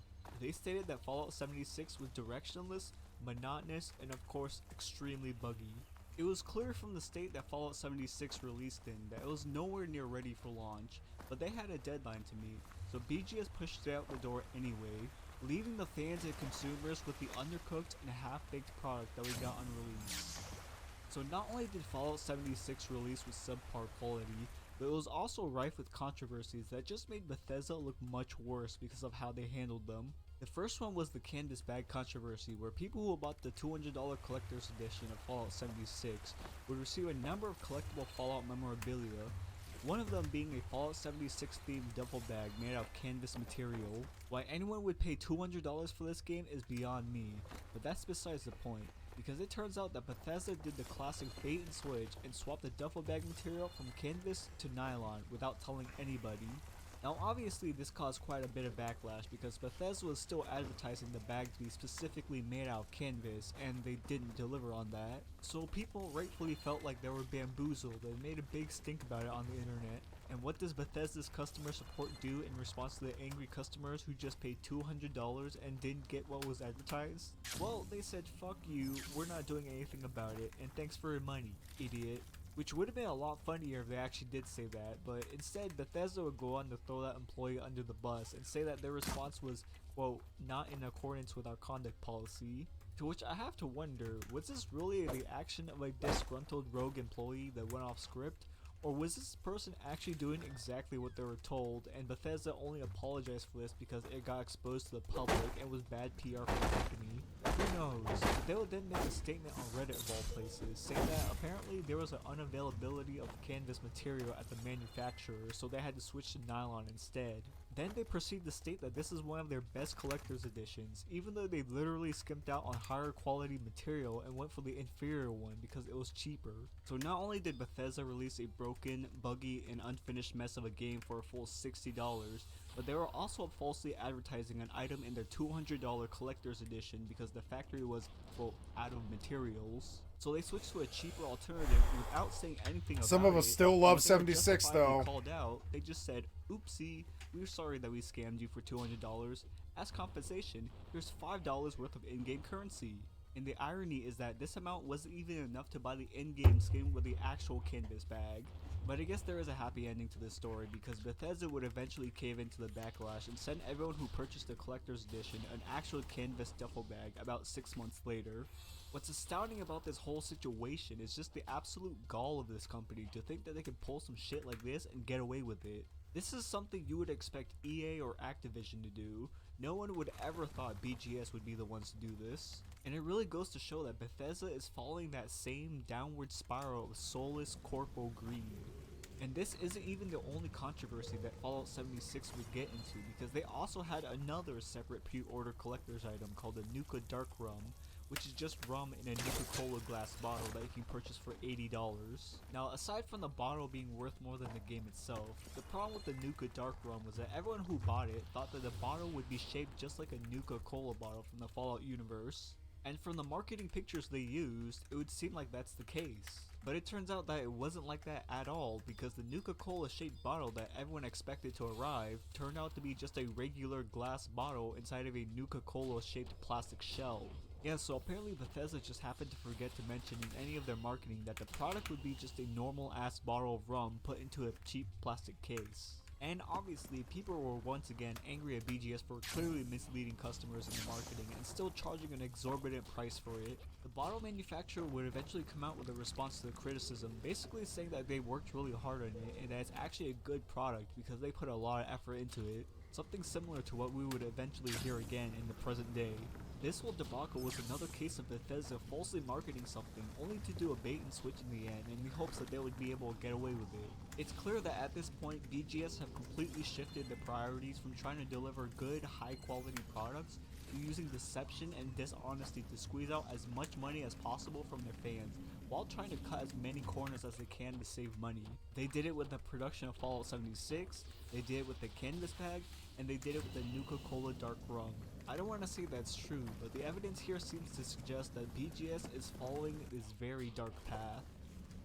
Now we jump to the current day in 2023 with the release of the highly anticipated Starfield, the game where you could explore thousands of unique planets, encounter a huge cast of memorable characters, and fight enemies using the ultra-refined combat system that took years to perfect. Bethesda worked 8 long years on this project that was supposed to be their best game yet, their magnum opus if you will. Every tabloid review site was giving this game exceptionally high scores and praising it to high heaven. It even won the award for most innovative game on Steam, which means it had to be an amazing game, right? Well, not really. Actually, it kinda sucks. Like, a lot. I'm not gonna go into full detail about what's wrong with this game because I've already made a review on it, and if you're curious, you should go watch it. The link will be down below in the description. But to put it briefly, Starfield promised many features in the marketing of the game, only for most of them to turn out to be severely half-baked or extremely underwhelming. The thousands of planets that you could, quote, explore were actually just small procedurally generated sandboxes with a few random copy-pasted points of interest placed all around them. The story, characters, and world building were exceptionally boring because everyone and everything was presented in the most stale and bland way imaginable. The combat was nothing revolutionary and in many ways was a step back from Fallout 4's combat because it plays exactly like Fallout 4 except without the VATS. There was also a stupid amount of loading screens that you had to go through if you wanted to travel anywhere. And of course you can't have a licensed and trademarked BGS game without their signature dose of bugs and glitches littered throughout it. And this is just the tip of the iceberg. I could go way more into detail about the many failures of Starfield, but a bunch of other YouTubers have done that already. The point is that after years and years of Bethesda game studios being constantly given a pass on their quite frankly outdated game design I like this guy. they have gotten complacent. They're now creating worse and worse games than they did over a decade ago because they know that the less they do, the more modders will work to make up for the deficiencies. Morrowind, Oblivion, Skyrim, Fallout New Vegas were all revolutionary games for their time. But since then, games have gotten faster, smoother, prettier in the years leading up to today. And it seems like Bethesda is still stuck in the past and refuses to adapt to the current gaming landscape because of their overinflated ego. It's one thing to respond to criticism about your game with an apology and an assurance that you'll do better next time, but it's another to actively tell your consumers that they're wrong and your game is actually good. Because as if Bethesda didn't have enough ego already, some devs took it upon themselves to respond to the negative reviews on Steam in the most inane and asinine way possible. They took any criticism and basically said, but it's supposed to be that way, and then tried to justify why their game sucks. For example, in this Steam review, this user basically said that the planets were empty and boring. So how do the devs respond to that? Well, they said that the planets were meant to be empty by design, and that it's not boring because, quote, when the astronauts went to the moon, there was nothing there, and they certainly weren't bored. What? Like, how arrogant do you have to be to compare your fucking video game to one of the greatest feats in human history? You can arrive at the moon in mere seconds with a press of a button from the comfort of your living room sofa. How does that even come close to the decades worth of astrophysics research and actual human lives being put on the line? How much of your own farts do you have to sniff to get to this point? There were also a bunch of other ChatGPT developer responses to the negative Steam reviews, all basically justifying why Starfield is the way it is. These developer responses just goes to show that they don't really care about the criticisms of the game and aren't willing to reflect on what they could do better for future titles because they have a devout cult following that will mindlessly consume anything they put out. And the worst part about this is that they probably won't change and probably will never change in the near future so long as the people in management are still working at that company. And while Todd Howard does fit into that category, he's not as egregious as some of the others because all he really is the PR spokesperson for Bethesda. Yep. And maybe sometimes he exaggerates a little bit when marketing a game, but that's about it. Other than that though, from what I've seen, he seems like a pretty decent and humble guy. But the one person who I really Todd's want not to the talk about problem. is someone who's an absolute canker sore to the company, and every game this person infects just actively makes them much, much worse. And not only that, but they have a massive ego the size of a freight train as well. Yes, I am talking about Emil Pagliarlo, the lead design director and writer for Bethesda Game Studios. He was the one responsible for writing the terrible Fallout 4 and Starfield stories. He is incompetent, egotistical, and a hack writer, and every game that Emma has been the lead writer for was actively made worse because the stories that he wrote were by far the weakest components of those games. And I'm not going to sit here and analyze every story he's written over the past decade. There are dozens of hours worth of other videos here on YouTube going into specific detail on why his writing is so bad. What I really want to discuss though is Emil's core writing philosophy and how it reveals the reason why he hasn't written a good story in over a decade. You see, there was this sort of TED talk he did back in 2016 about his process as a writer at Bethesda and what goes through his head whenever he creates a story. And this video is damning evidence on why Emil Pagliarlo is one of the biggest problems at Bethesda Game Studios. Again, I'm not going to go through the entire video and analyze it line by line, but let's go listen to that then. That was a TED Talk. Usually TED Talk isn't really like bad. So I find that kind of crazy that he gave a bad TED Talk. TED Talk, Emil Pagliarlo, sorry. Talks from Story. This is Infinity DK. Bethesda is a competent writer. Talks from Story 7 years ago. Fallout 4, the writer and designer. The keynote speaker at the Story conference. Emil Pagliarlo. Well, this is about the androids. Yeah, I think Fallout 4 is about the androids. Yeah. So. I'm a bundle of nervous energy, so I'll try to use that. And what better way to break the ice than to show you my baby picture? We'll go back to what he was saying. Actually, no, I'm watch not this a Viking, first. but at one point they did feed me like one. But I am a nerd at heart. I have been in the gaming industry now for about 20 years.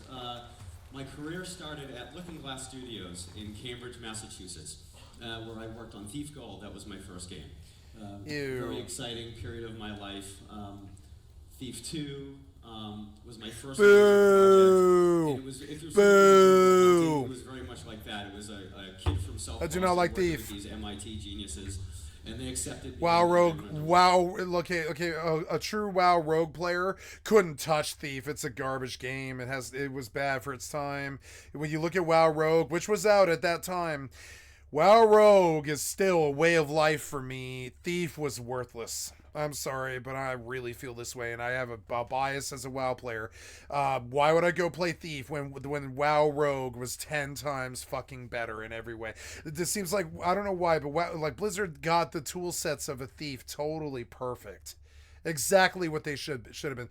There were times when Rogue felt so fucking perfect, like Burst of Speed Rogue with Adrenaline Rush, Blade Flurry, is fucking perfect. Vanish, Cloak of Shadows, Distract, 10-second stun over a cheap shot, and then a kidney when you reach the points, and then a blind, a 10-second blind where the person's just like stumbling around, can't see anything, and a smoke bomb to kill a target.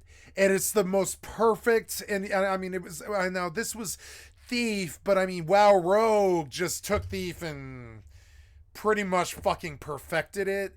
And later on, I played another one that was good enough. Styx, Master of Shadows, was good enough. But like overall, they don't make good stealth games. I don't think Tenchu was totally good. It was too formulaic and kind of shitty.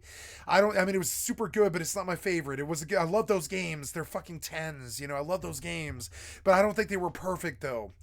And Thief, I thought, was imperfect when you look at WoW Rogue. When you look at WoW Rogue, you're like, nah, not Thief, and all these other games that tried to rip off WoW Rogue but couldn't do it.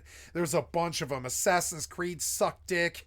Thief sucked dick. There was a bunch of them. What else is there? There was one that did it. Metal Gear Solid 5, Phantom Pain, I think. Phantom Pain did it and managed to do it. And it was true WoW Rogue stuff, except no Cloak of Shadows or Vanish or any of that stuff, which is still a more perfect Thief tool set. Like, kind of like, just like straight poof, gone. You know, like, what the fuck, where'd he go? What? And sometimes there's a smoke bomb, which is even worse. And so, like, real Thief stuff, I've seen it a couple of times, but it wasn't Thief.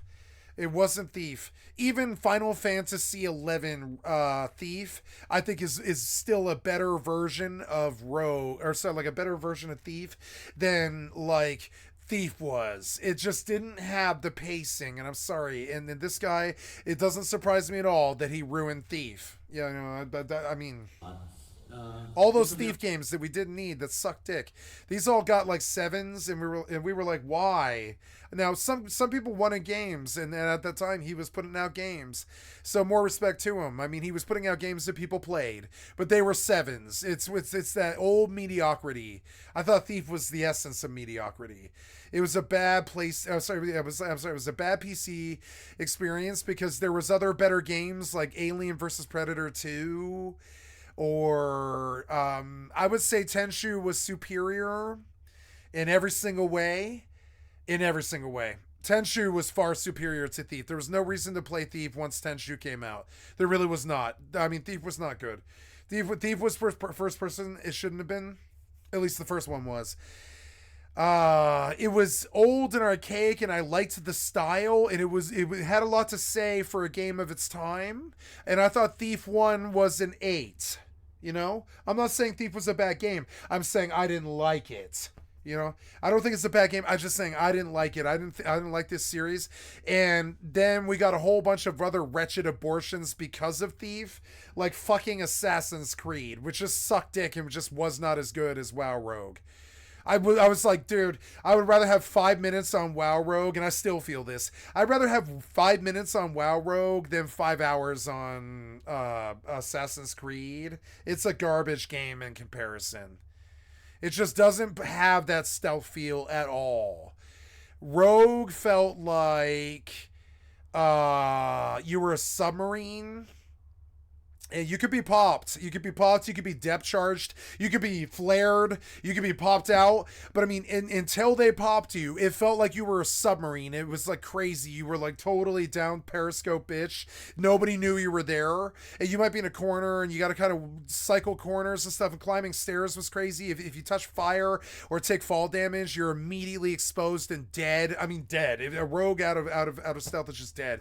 You're either on your target and assassinating that target, or you are dead. You're pretty much dead. You're popped so easy. You have absolutely no defense whatsoever. You do not. I mean, later on it got crazy. It got evasion and cloak of shadows and vanish. So then you could just straight up leave. You could straight up leave and not die every single time that you wanted to, every 2 minutes, which perfected the gem on the Rogue Crown, and it still has this to this day. And I still think WoW Sod Rogue is superior to all 85 of these fucking shitty stealth titles that they released. I still think WoW Rogue is superior. And so I come back and I'm like, motherfucker, you guys never did learn how to make a good stealth game. Not like WoW Rogue, where you're like, okay, I gotta sap this one, throw to distract, cheap shot open that one, blind the third one, sprints to the corner, take it away from the mage, LOS the fucking corner, gouge the mob once it's past the corner, get behind, backstab, then open, sinister, cheap shot. When the other ones wake, the blind wakes 45 seconds later as you kill the first mob, and you go back and you vanish, you cloak and vanish, and they just drop aggro, and you've now thinned the pack out one mob. And then you come back, you sap the next one, and now you've only got 2 left. You can't blind the 2, so you evasion the 2, and you kill 1, and then you got 1 left when the other sap breaks. And at that point, you just sprint out. You can't kill all 4, but you can definitely get 2 of the 4. And it's weird and it's choosy. You might get 3 of the 5, maybe, if you're lucky. If it's a mage that you can bait around the corner and get the LOS to get them to come, and then just sit in there where there's no damage coming in. You can sit in a corner and abuse it for maybe another whole 2 kills or something like that, while the other mobs travel to you. And this was gameplay that just still has not been rivaled in any way or fucking form. That is gameplay that still has not been rivaled. Thief fucking was a piece of shit on the shoe of WoW Rogue, and I'm not over exaggerating. The gameplay still is fucking superior in every way. I still haven't found anything even remotely close to as good as WoW Rogue. Not in the stealth. There's nothing in the Metal Gear Solid sucked compared to fucking WoW Rogue. Bethesda's stealth shit sucks compared to WoW Rogue. All of it sucks compared to WoW Rogue. I don't even engage in stealth in any game but WoW Rogue, because I consider it to be garbage. It's a complete waste of money and time. And I can't believe how many games they made too. Now Tenshu was good. And Tenshu held up. It had everything WoW Rogue had. Even the Vanish.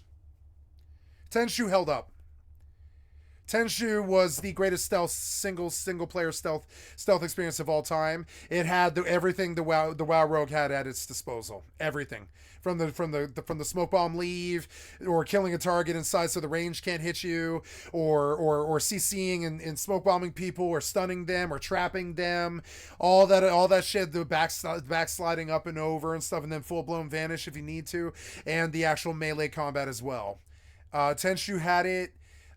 Styx Master of Shadows had it. Ninja Gaiden had it.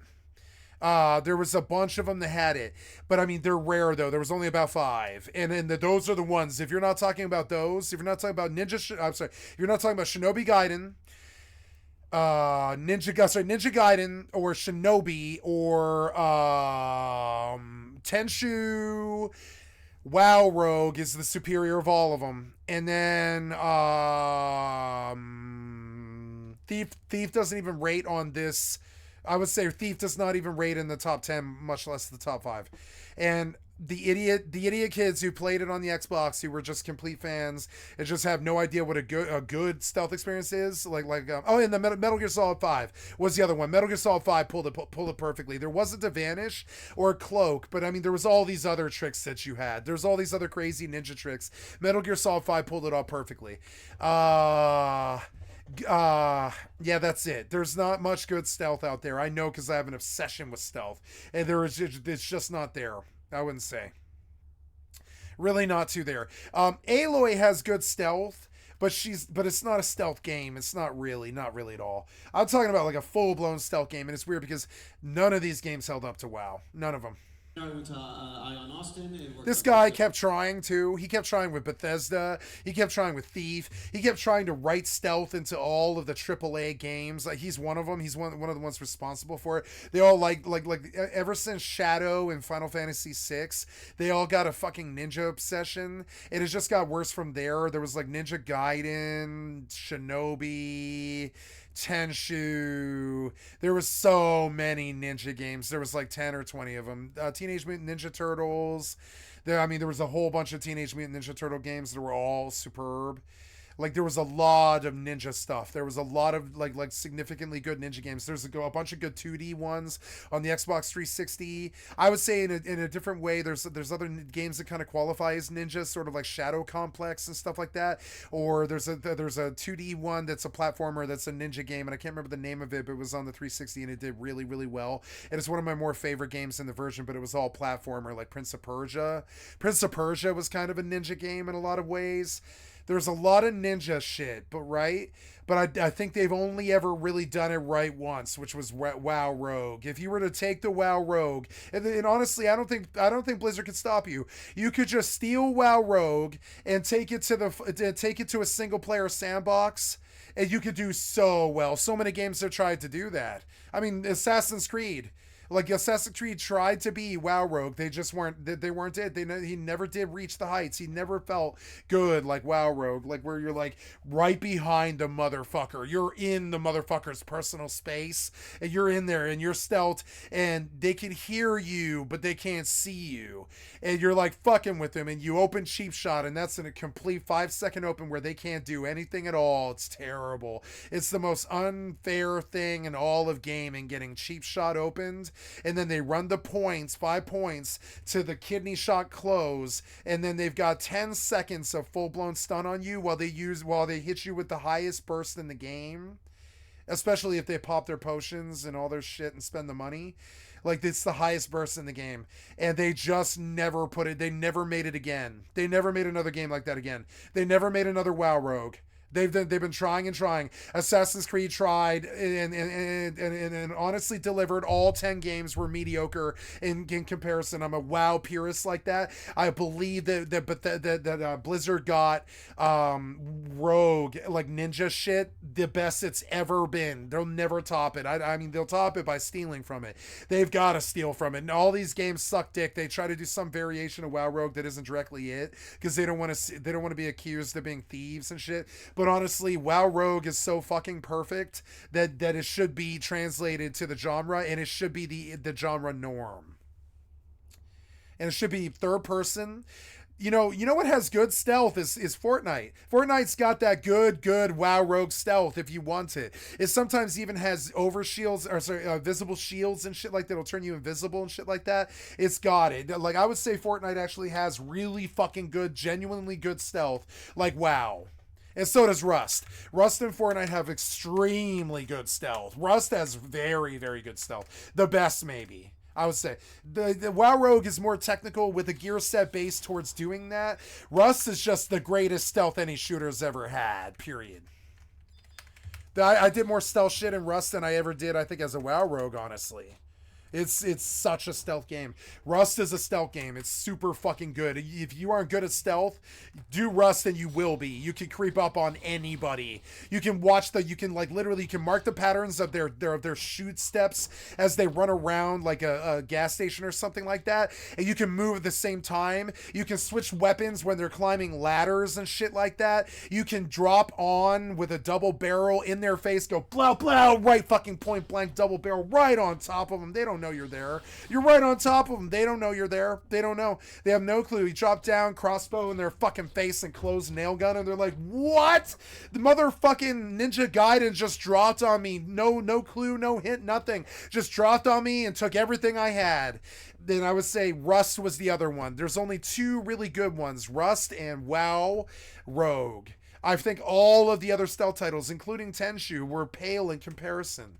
Now, Tenshu was the good try, and I don't know why there isn't a Tenshu 10 instead of an Assassin 7. Fuck Assassin's Creed. Tenshu should have gotten 25 games. Tenshu was good enough to do 25 games. There should be a modern Tenshu that competed with Cyberpunk, where it's all corpo, it's corpo shit like Cyberpunk did badly, and it's all Yakuza shit, and I really feel that Tenchu should return.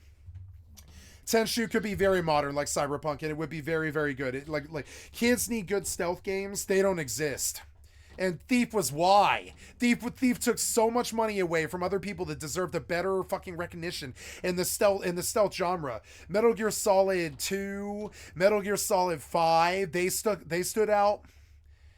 The shadows, but for the last 13 years I've been at the 2 and 5 stood out on that list. I would say 2 and 5. I would say 2, 3, and 5 actually. 2, 3, and 5. I would say 4, 2, 3, 4, and 5 in the Metal Gear games. They were on par with Tenchu and World of Warcraft. World of Warcraft Rogue, but it wasn't like it was kind of like a bargain bin version of it. There's been a lot of bargain bin stealth. There's like a bargain bin stealth game. There's 50 bargain bin stealth games. You could argue some triple anus games actually just have good stealth systems like Oblivion and Skyrim. You could argue that there's like a whole bunch of there's a whole bunch of contenders in that area, but I would still say that WoW Rogue and Rust are like the only truly two good ones. All the other ones were pale shades of gray. Pale shades of gray trying to be copycats. True stealth has not been done well, and it's a genre that should be returned to and observed. And I think they should make 100 more games in the genre, and they should deliver stealth to people, because there's nothing the human loves more like sneaking around like a cat and pouncing something. Trust me, humans love to pounce something. Even girls like to sneak around and pounce something. It's gameplay that can be universally loved. It's not a male thing. It's a cat thing. It's like your agile reflexes and your assessment and your game sense and all that shit, right? And even girls can get down with stealth gameplay because it's very masterful. I see it in Fortnite all the time. My best friend, she is a Fortnite fucking champion. She's so fucking good. She's better than me. And like I watch her play because she came up in Black Ops 3. She's twitchy. She came up in the Black Ops 3 scene and she's fucking twitchy, and she was a regional champion in Black Ops 3. So like I'm talking about like she's regional, and love of my life is a regional champion on Black Ops 3. You can't fucking mess that up. I can't mistake it. I'm not that far. I'm not that far. You know what I'm saying? I have like 600 wins on Fortnite. I got more wins on Fortnite than she does, I think. But I don't think I went as far as her in terms of like of like world recognition for your skill and shit. And so this is my best friend. I'm so fucking proud of her for this. I'm so proud of her for this. It's weird to have gamer pride, but I am. I've got so much gamer pride in my best friend. And she's not the only Call of Duty regional champion who was a personal friend of mine. I happen to know two Call of Duty regional champions in their lifetime. Not recently, just, in their lifetime, way back in the Black Ops days, not very big achievements, but I'm proud of it. These people were regional champions. That's a big fucking deal for Call of Duty. That's a big ladder. That's hundreds of thousands of people that you're better than. I will not belittle the achievement. I think it's actually really big to be a Call of Duty regional champion. There's so many hundreds of thousands in that run that you genuinely are super good like Ninja. And so she took her skills to Fortnite. We played trio on this stream for like the first year of my stream or something like that. And it was fucking wonderful. I loved it. But watching a girl fucking dominate like that, I fucking love it. She'll sneak and creep a person. She's so sneaky. She's sneaky. She's sneaky. She's a freak. She's sneak. She's a sneak. She's a freak. She's a freak. She'll roll up on somebody, slide in and shit, like slide jumping. You're like, like watching this girl play better than most of the WoW rogues that I've ever met, and she's like really working it too. She's working it, and she'll slaughter them, and like it is hilarious. And she'll mid-range slaughter them too. She doesn't like close range any more than I do, and it's kind of funny. And I learned from this. I learned from watching a Call of Duty regional champion play trios with me. And she's not the only other one. And I have another one who was also a regional champion. My friend Smithy2K. He's a streamer. He doesn't stream a lot, but he's a streamer. And my friend Smithy2K is a Fortnite regional champion. And he taught me most of what I know about Rust not Rust technical, but like how to play Rust tactically. He taught me most of what I know about that. I think Tay and Dino would say that they were huge parts of it, and they were. But I think Smithy taught me a lot about how to take on, because I did it with him. I took on 8 to 15 fucking people with just 2 crossbows. You know what I'm saying?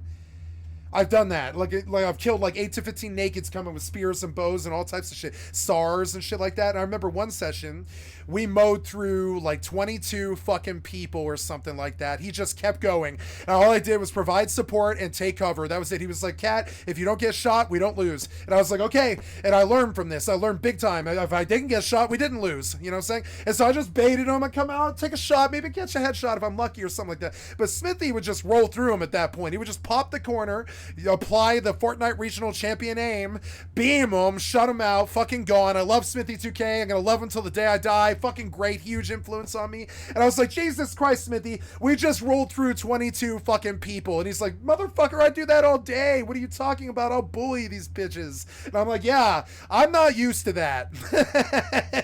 I get in my 1v1s and I'll win. Maybe if I'm with a crew, we might bang them pretty good and stuff, but I don't roll through 22 fucking people like you. I've never been like that. I'm not some weird press W person like that. I've never been. And now I am.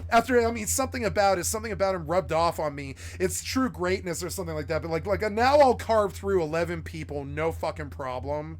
It used to be like 5 would be my limit. I'd be like, yeah, I can kill 5 people as a rogue, but you have to play it right. And I'd be very prideful about it, 1v5s. And I'd be like, bitch, I'd say it straight in the yell chat for the other Alliance people because the Horde can't read what you're saying. I'd be like, dear Alliance, I'm about to 1v5 the people at Skyrise. And if you want to watch, come. And then I'd fucking sap their fucking priest, roll the fucking mage in the first opening, like stunlock and smoke bomb the hunter for the second kill, vanish, get them to chase me when I remounted in my flying mount, get them fucking take the last 3 people. Now the other 2 are running back and the other 3 are chasing me. The fucking warrior lands and charges me and I fucking bounce trap his ass.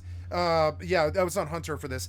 I would bounce trap his ass off the cliff. He's gone. And then there's 2 left. They make their attempt because at that point you've taken 3 of their 5 and they die. You come in, they just come in and you're just like, motherfucker, I've been done stronger than you. You stun trap purple stun trap the fucking the range DPS and let the other melee, if it's a rogue or whatever, make his attempt. Flare the thing. Run your meds and you're all flasked up and ready to do this shit. They're not. So like you're ready to fucking actually do it. You're ready to run through 5 people. I used to do that shit. I used to be prideful about 5 people, but then I would watch Smithy like carve through fucking 18, 25 people, something like that. Just like, I got him, he's dead. I got him, he's dead. I got him, he's dead. You would just hear a ring out in the Discord, I got him, it's dead. It's like, honestly, it had a huge influence on me because he wasn't cheating, he wasn't young, he was like 39, I'm sorry, he was like 33, I think, or no, he was a little bit younger than that. I think he was like 29, something like that. He wasn't young though, he was like 30. And he was young, but he wasn't like, he wasn't in his 20s though. And I would say past the age of 28, it's harder to be that good. And I learned from it, and now I play like Smithy. It's like every single one of them just plays into you, and they always think they're gonna be the bully.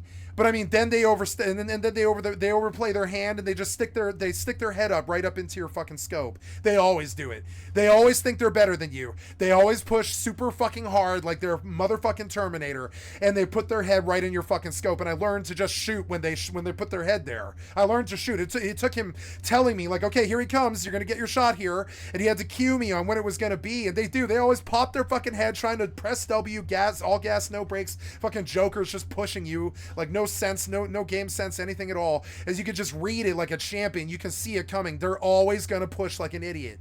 Now sometimes you're ready to deal with them, other times you aren't. You're low on ammo. Sometimes you want to run from them, even if it is a sure lock that you're gonna beat them. Sometimes you want to run from them because the bigger problem is coming in a third-party rotation or something like that. I watched my trio teach me this. I watched an ultra passive but also ultra aggressive player that I couldn't really stand to play with very much. He was really good. I liked playing with him, but I couldn't stand it. He was either ultra passive, and he taught me this, and now it's an infection in my gameplay, and it's in my best friend's gameplay too. Like, it's half aggressive, half passive, which I don't like. I think you should be one or the other.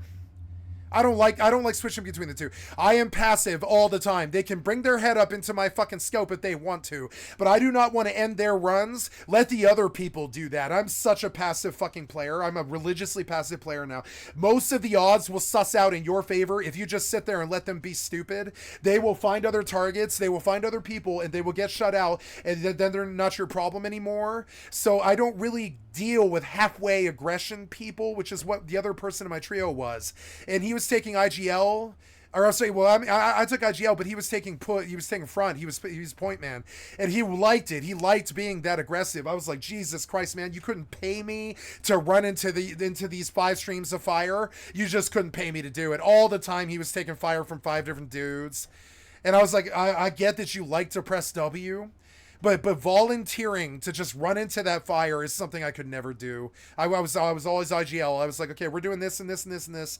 We're not. I mean, I'm sorry, and I play catch up with you guys. I'll always play catch up. You can take point, take us right up into the fucking eye of the storm. I don't care about that. But the difference is, don't do it stupidly. Do not run out there just putting your head into someone's scope. Don't take fire from 5 people and all this. And so I have a big problem with aggressive players who just act like they're bored.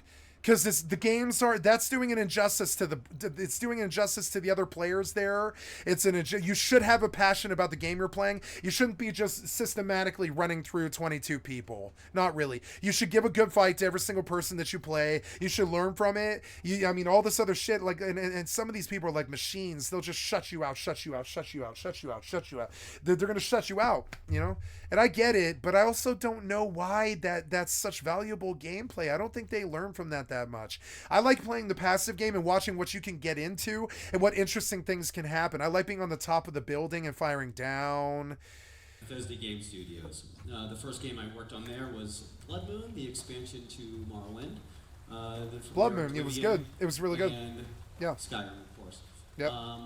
But really, I've been known as the Fallout guy, sort of. My first big gig at Bethesda was as lead designer and writer of Fallout 3. And then most recently, Fallout Shelter, which just sort of came out of nowhere and was a big hit for us. And in Fallout 4, the most recent thing I worked on. Shelter was a big hit for them, huh? So why am I here in Copenhagen? I don't do this. I don't speak. I prefer to stay in my office and make games. This is why. This happy couple right here, right? Clearly happy, clearly drunk, okay? Where was this picture taken? Copenhagen. These are my parents, okay? This picture was taken, 1979. My parents left for a week, okay? They came back happier than I had ever seen them. And I remember seeing these pictures, and that's why they came here to Copenhagen for a week. So I knew there was something magical here.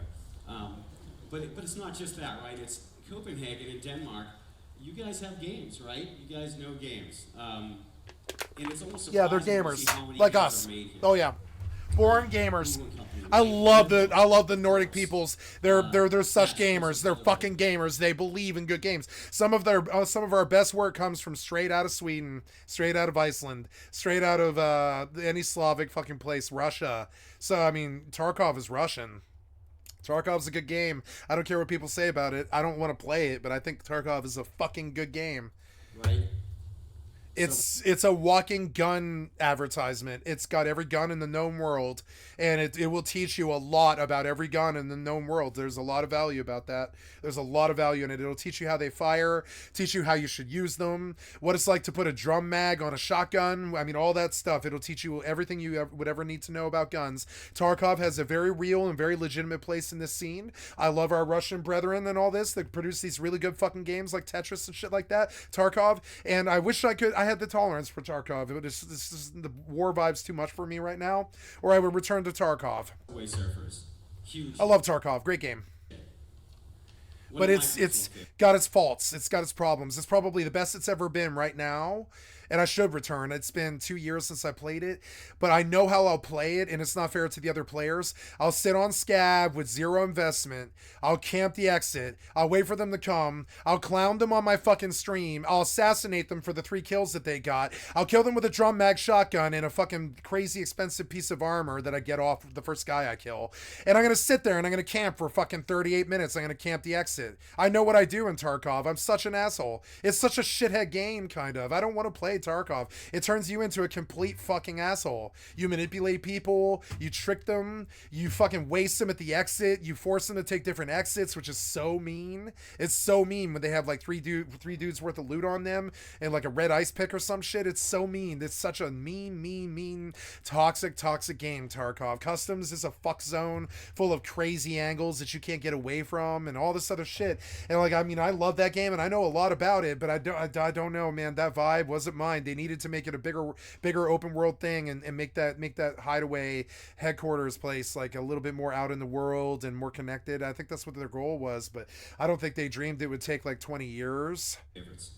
I don't think it should take 20 years. I think they should just connect those maps. It doesn't really make sense. You could do a halfway fast travel thing where when you reach the edge of the customs map, it's like, okay, would you like to travel to your hideaway or would you like to overworld? You could do a thing like, there's a lot of ways you could execute it better. I want to connect the maps. I want chokeholds between the maps. It should have been an overworld kind of like Stalker, and it's weird that Stalker 2 is probably going to do better than Tarkov did, which is sad. Now, Tarkov as a live service will always be more successful than a single player game, but I mean, like, if you look at it from a gun game, I would say that Stalker 2 is probably going to outdo Tarkov, which is just freaking sad. But I mean, here's those Nordic developers. They're actually really good at this. Piranha Bytes and fucking CCP. There's so many good Nordic developers out there. Remedy is Swedish. Of course, when I think of Danish gamers, Danish and Swedish and Iceland, gamers to the core of them, like me. They've been doing it for a long time. They believe in their Ultimas and their fucking EVE Onlines and shit. They believe in them. Chili con they were the people that made Piranha Bytes famous and gave us stuff like Gothic and Risen and shit. I mean, without those, it's been a lot of topic on my stream, but I guess it was like Nordic Pride Month for fucking video games and stuff for me, because it's come up on my stream a lot. Like, I really love the games that come out of that area of the world. They fuck around with realism in a way that I like. Our Stalkers, our Tarkovs, our Piranha Bytes games like Gothic and extraction games and stuff. Star Vault is the Mortal People. I think he's Swedish. Like, Sweden has a lot of good developers. I have a lot of faith in those people. I love CCP. My favorite company in the world is CCP. That's the EVE Online people. They're from Reykjavik. Got a lot of like, you know, northern pride for those like sort of Vikings area people, whatever you want to call that area of the world. Is it Nordic? I don't know what you would call it. The North, the people from the North that understand how cold life can be and how cold survivalism can be, even in a sci-fi setting like EVE Online. Survivalism is paramount. You know what I'm saying? You have to be able to get outside your door before you worry about making money, and because that's how full loot drop consensual PvE and PvP is. You go in with your set, you can lose that set, never see it again. I'll take a swing at a prospect. Yeah, I like prospects. Yeah, that's a cheap price. I'll take a swing at it. Yeah, let's see if I win. I doubt it. I like that price. It's good. Been fucking with ship hauls because those kind of hold value pretty well. It's gambling and it's not so good, but if I win, it is. If I win, it is. Come on, baby! Oh, it's 4 in the morning. On a Monday. I'm sorry. Oh. So what's the story with Bethesda stories? How do we make our stories, and how do I personally make my stories? I thought, you know, it's funny. I had never... Take a dump with your laptop, and you sit there and you think about the dump that you just took, and you translate it into a Bethesda script. It's simple, and I bet that's what he's gonna say too. I really thought of the process that I use to write stories and make games, and then I take a shit, and then I try to make that my writing. I realized that there are 3. I didn't like the stories in any of those games. I use when I create a story for any of them. Games. So I thought I'd run through those 3 points for everyone here today. Oh, I am being killed. The first don't kill me. Kiss. Why do I have a sheep out? Keep it simple, stupid. I'm out of tigers. Myself, right? And I'll go through each of these individually. The next. I'm out of tigers. Yeah, Write I'm out what of you know. tigers. How is One that of the oldest- possible? One of the oldest, I just bought like 3 stacks. Tricks for writing, right? God Write damn. what you know, it's true. And 3, this is a big one. Great games are played, not made. This is one of Bethesda's studio mottos, but this is a personal motto for me as well. So, going to the first point. What does that Yes. mean? It's a Keep it it's simple, a corporate stupid. What does that neurolinguistic mean? speak that doesn't really make Well, sense. for me, that means Good games are all played. when I'm What are you coming talking up with a about? story for a game, What you talking about, Willis? I like to concentrate on strong central themes. Oh, And no, I have a lot of one or tigers. two What's strong the central malfunction themes is here? enough. Oh, it's that. There we go. I find that. God damn it. Think of a good movie or think of a good game, and you can usually think of a good movie or a good game with a good story, and you can usually realize that there's a strong central theme, a strong undercurrent, right? See a bad movie, play a bad game with a bad story, and it's usually, sometimes it's a mess. I saw a movie recently, which I will not name, that was kind of a mess. And the story was all over the place, and it really didn't know what it wanted to be.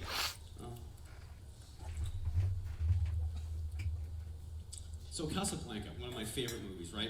Ask yourself, what is Casablanca? I'm gonna go get about? some water and If you unmute look at the this picture, it's about- for it's a just a love second. story, right? We're gonna pause it, I mean. And I'll be right back, guys. I'm terribly sorry. I just want some water. A little bit dehydrated.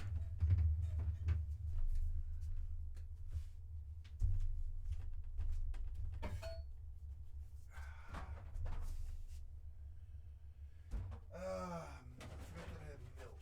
Yeah, that's good.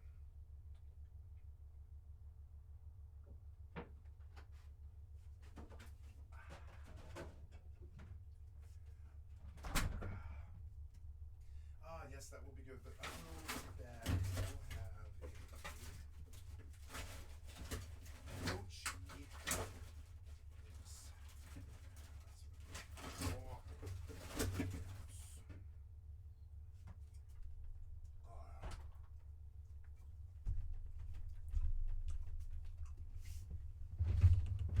Chocolate mochi.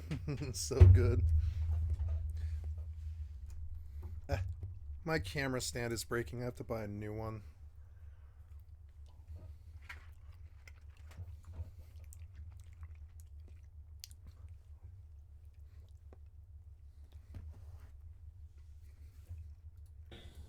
It is, but if you look deeper at Casablanca, Casablanca is about sacrifice, right? It's giving up what you love for something greater. The Incredibles, a movie about superheroes, right? Not really. It's a movie about family. It's a movie that says we are stronger as a I group hate The than we are Incredibles. on our own. Okay? I can't believe you just dropped Marvel. Great Mads Mikkelsen. Marvel sucks This at is, story, Guinness you Book of the Hunt, fucking right? idiot. Great movie. This is a movie about a man who is wrongfully accused of a horrible crime. And the movie is about that, but if you look at the Which one? underpinnings of that movie, the movie is really about loneliness and isolation, and what it feels like to be totally separate and isolated from everyone around you. And of course, this, this is for film, but this is the same for games as well, right? This World Mind. What is this game about? Like, war, obviously, but I mean, you look at what is the story about? It's about sacrifice. It's about survival, right? And it's about making very hard decisions about what's important. Gone Home, great game. A game whose story is not very obvious when you play it. When you play this game, you return home and either your house is deserted, you don't know where your family is, you think it's a horror game. And by the end you realize no, that the actual story of the game is about young girls, search for self-discovery, basically. And of course, The Last of Us. If you think of a game with a great story, a lot of people think of The Last of Us. Nope. And that sort of combines. Nope. themes Simple of, survival story with not much family, weight. of Memorable character story sucked. Wasn't very deep at all. Nope. Nope. It's a game about a virus and a Don't nope. Yeah, it's a zombie story. It's an action film. It had no depth. It was an action story at best. I'm sorry, but no, I do not qualify Last of Us as a good story. No, I consider it to be a wonderful action film. Action game. It's an action game. It had great zombie stuff. Story, not so much. Not so much. And Skyrim. Skyrim is a game about dragons, right? Like, even in the studio, what is the game about? It's about dragons, but the story is not really about dragons, right? It is about the lone hero, right? It is much more biblical than a lot of the other stories we've done. It's about the Dragonborn, the Dovahkiin, is much more of a messiah sort of character. And you know, when you look at Fallout 4, so Fallout 4 is about androids, right? Or is it? I mean, with Fallout 4, there are a lot of themes, right? Fallout 4 is about 1950s Americana, or Fallout 4 is about, you know, the post-apocalypse. But at its core, Fallout 4 is about androids that look like humans, okay? And so the theme, and this became a very important point for us, and is something that we didn't realize until a little late in pre-production. The most important theme in Fallout 4 is suspicion. Who is this person sitting next to me? Are they human? Do they want to do me harm? Which is a theme that is very relevant in the world today, right? You know, am I human? What are my own motivations? And so that, when you look at the themes of Fallout 4, that was most important to me. Now, going to the second point, write what you know. What does this mean, write what you know? Does this mean that if you are working as a dishwasher and decide to become a game developer, you need to make a game about washing dishes? No. Though that would be a fun game. So, an HTC Vive game with a headset washing dishes would be really cool. No, it means that you, actually, I'll show you this person right here, right? You probably don't recognize him. His face is not very memorable, right? Does anybody know who he is? Yes, Hayao Miyazaki, right? Creator of some of the best stories that we've seen in anime, right? Mm-hmm. And he got into a little bit of hot water recently. He made some comments online that circulated online that had become memes and everything. And he had said that the state of anime currently was going downhill. Yeah. And people, you know, attributed it to, oh my God, Miyazaki doesn't like anime anymore. And no, they completely missed the point. What he said was, the people who are creating video games have been going downhill because of you. Other people. They have stopped observing life. So in order to write what you know, you have to know something. You have to live. You have to observe people, and you know. And so, write what you know for me means that you draw upon your personal experiences. So for me, one of my my first big break at Bethesda was around 2006 when we started working on Oblivion. I was tasked with creating the Dark Brotherhood, which is the Assassin's Guild. And I wanted to sort of leverage the experience I had at Looking Glass Studios working on the Thief games. And Thief is about sneaking around and stealing stuff. I wanted to sneak around and stab people in the face. I thought that would be fun. So, what do I know? Write what you know. What do I know about being a medieval or fantasy assassin? Not a lot, right?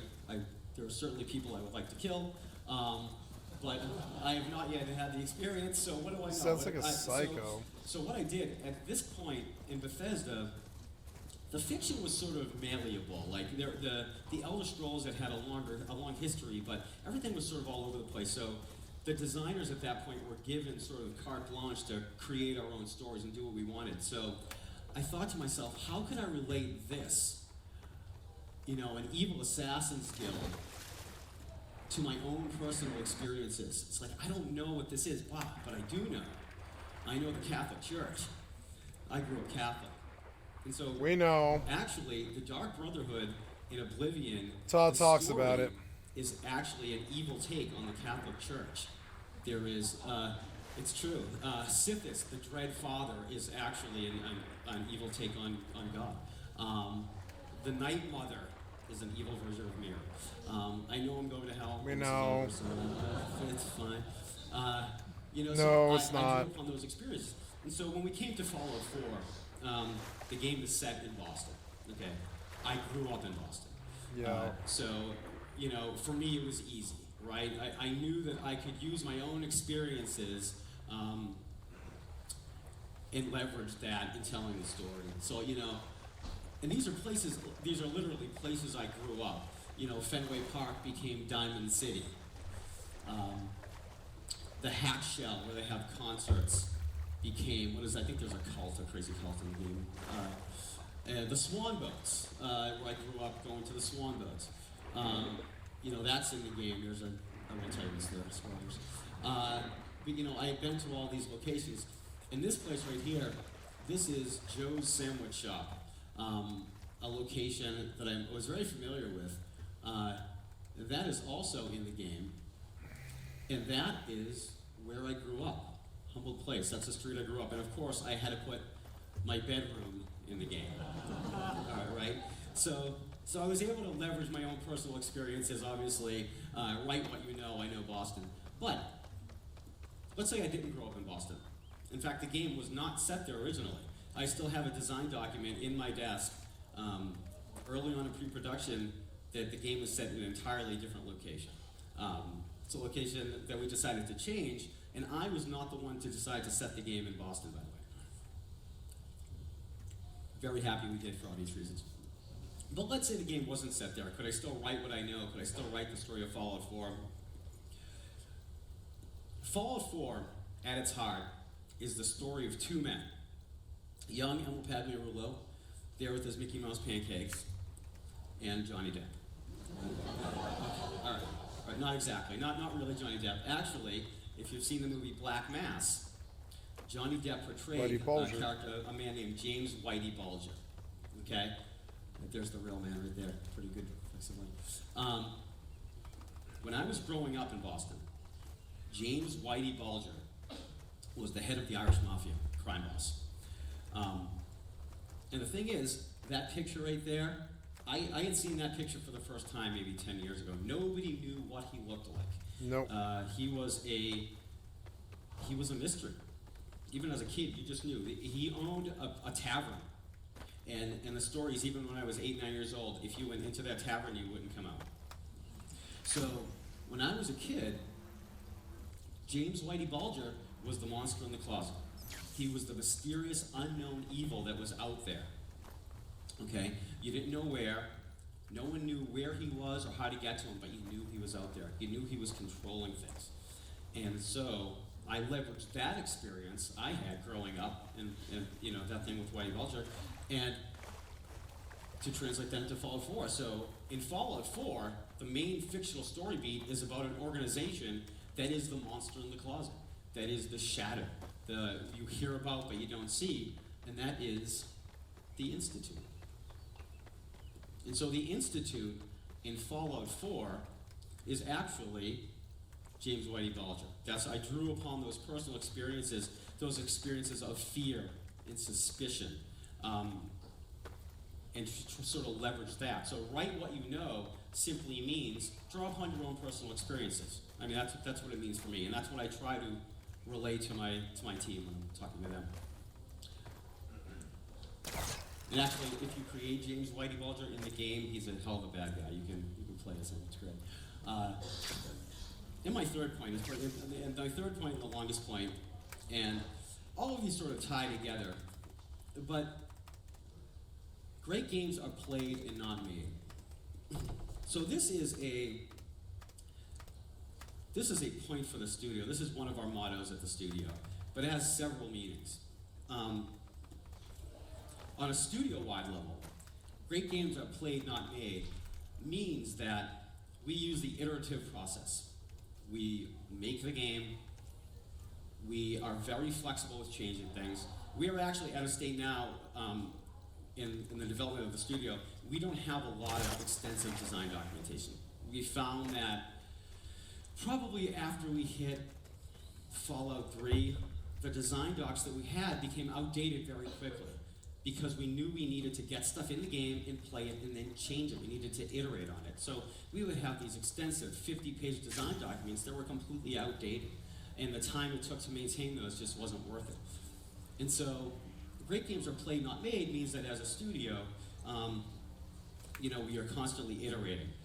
But also, on a personal level, on a designer level, when I work with my designers, with the designers at the studio, great games are played, not made means that we have very, very good extensive tools for creating content at Bethesda. In fact, we release those tools publicly. Anyone here can download them and make stuff with it. So it's very easy to use those tools and to create content. But it's incumbent upon every designer and everyone at the studio that makes the content to go into the game and play it and see if it's any good. And so on a personal level, on a designer level, that's what it means. Great games are played, not made. It means play your own stuff. And it sounds, actually, it's funny because that sounds very common sense, like a no-brainer, right? But it's actually very difficult to get people to play their own stuff. It's difficult for me to play my own stuff because there's a frightening realization that you have great ideas. Things look great on paper. Then you put it in the game, especially when it's your own stuff. Everything's brilliant. Everything you do is brilliant. It's gonna be great. You write your design documents, and then you play it in the game, and wow, it sucks, right? Every game developer has gone through that. And so you have to, there's a moment of fear where you have to really come to grips with the fact that maybe the content you've created isn't that good. But as a writer, so how do we look at this with stories, right? Great games are played, not made. Played, that's the key word, right? Because every game developer is a storyteller in an interactive medium. You are not writing a screenplay. You are not writing a novel. You are writing a piece of fiction that has an important interactive component. And so this is some of the team members. These are some of the quest designers at Bethesda Game Studios. They are not the only designers. In fact, a lot of the quests are also made by our level designers, our character artists, our world artists. They're a handsome bunch, I know. And of course, this is Corey. She's our first female quest designer. She's awesome. She's also notoriously camera shy, so I threatened to draw her in MS Paint if you didn't get her picture taken. So I did just that. But they're great, and I work with this team to create our stories. And but like I said, our stories are played, not made. And so this slide I know is coming out of nowhere. What does this possibly have to do with anything, right? Like, this is Han and Chewie from Star Wars. Everything goes back to Star Wars, right? That should be a slide on its own, right? I love the scene in Star Wars. What's happening here in Star Wars? This is Han Solo's been frozen, and he comes out and he says, I've been out for a little while, and everyone's having delusions of grandeur, right? That's what this slide is about, delusions of grandeur. So when we start writing a story at Bethesda, when I start working with the team, we start big. Like, we always want to do this. So we always want to write the great American novel, right? Fallout 3 will be this big epic thing. You're looking for your father. We'll get Liam Neeson to replace the role of the father, and so we always want to tell a huge story. And like the great American novel, we want to be, let's be the Great Gatsby, and or let's be Moby Dick, or let's be the Scarlet Letter. And there's an inherent problem with that, right? These are all amazing works of fiction, but they're all non-interactive, right? So when you're writing a story for a video game, you always have to keep the player in mind, right? And so what happens we're writing our great American novel. This is the process. This is what happens at Bethesda when you write the main story of a game, and even some of the smaller stories. So let's say, okay, we're going to write the great American novel. It's going to be this thick, and on every page will be written comedy and tragedy, and it'll be wonderful. It'll be amazing. And you're going to give this book, this great American novel, to the player. And what are they going to do with it? They're going to rip out every page and make paper airplanes out of them. And they're going to throw them around the room. And they're never going to see your story. Because the story is there, right? But they are going to spend 30 hours making shacks. Okay? They're going to spend 20 hours looking for bobbleheads. Okay? But that's okay. We know that going in. That's the jagged pill that we swallow when we do this. Because again, great games are played, not made, and a story in a video game is an interactive thing. And so we know that, and we're comfortable with that. And so for us, we know that the greatest players, the greatest characters in our games are the players themselves, and it's their stories that are important. It's this gal, it's this guy, you know, it's these folks right here. This is who we're making the game for. Yeah, it's amazing. And so, how do we do that? How do we go about creating an interactive story? Well, one of the most important things we did, you know, we look at the tools we have available and how do we want to tell that story? And what is most important to us? And so for us, we realized that one of the most important thing is people, characters, NPCs, interacting with the characters in the world. You know, and again, making sure we remember that you are truly interacting with them, okay? This is the experience. The player has a controller in their hand, and they can alter the narrative whenever they want.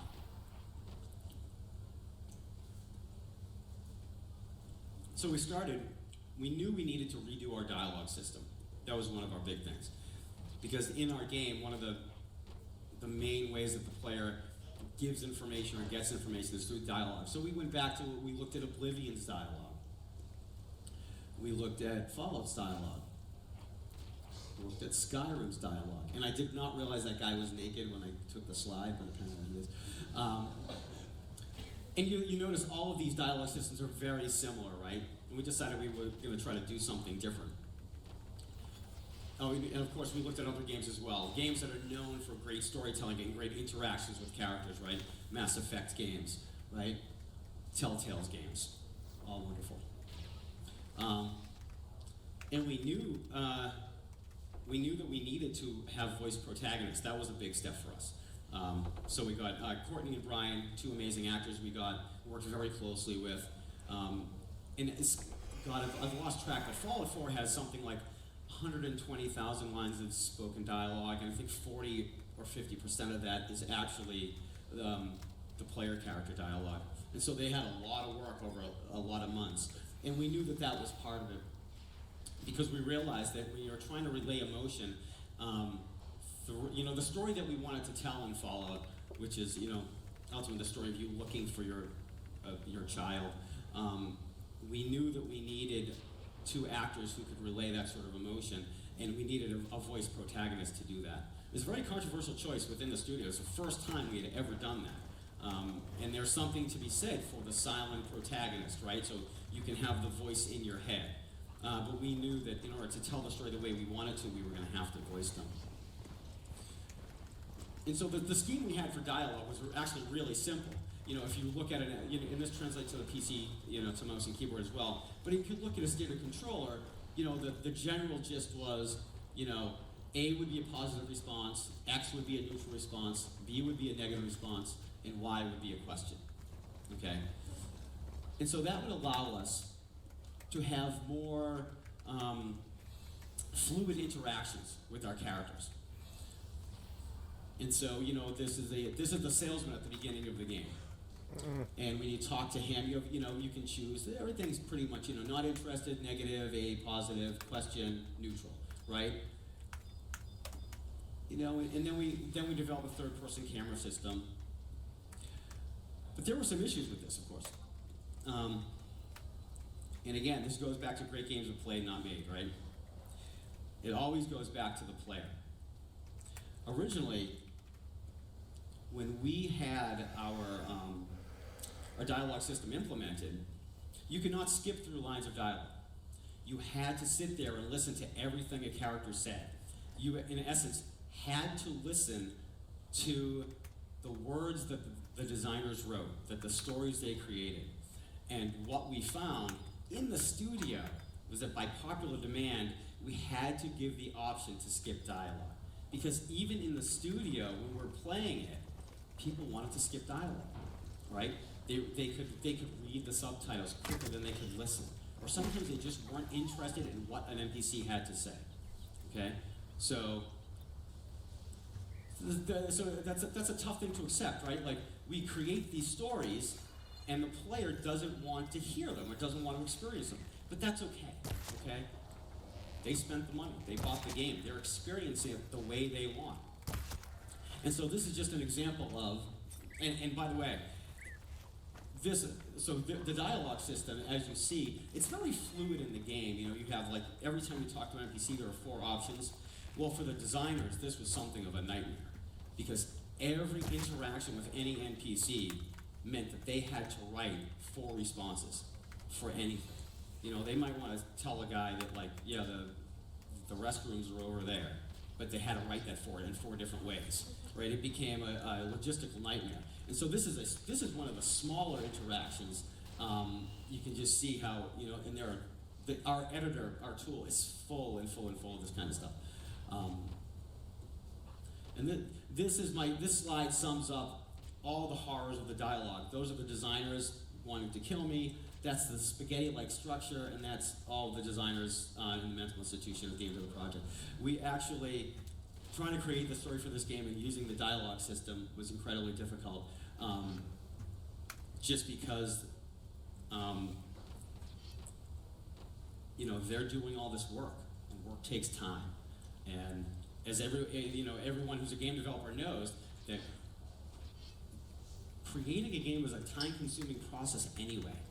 But when you're adding to that, you know, this is time you don't get to see your family or have a weekend to yourself. It became very difficult. Connecting. Now, the other problem with all this dialogue is that because our tools are so robust, a designer can start writing dialogue very quickly, even in pre-production. So for, I'd say a good 2 years in any of the games we do, a lot of the quests, that's, you know, some people call them missions, we have always called them quests. The quests are very basic. They might be, you know, the NPCs are wearing rags, they're not wearing their actual clothes, their faces aren't done yet. They're standing in a blank room, in an empty room. There are no animations. Because all that stuff is being built by our different departments.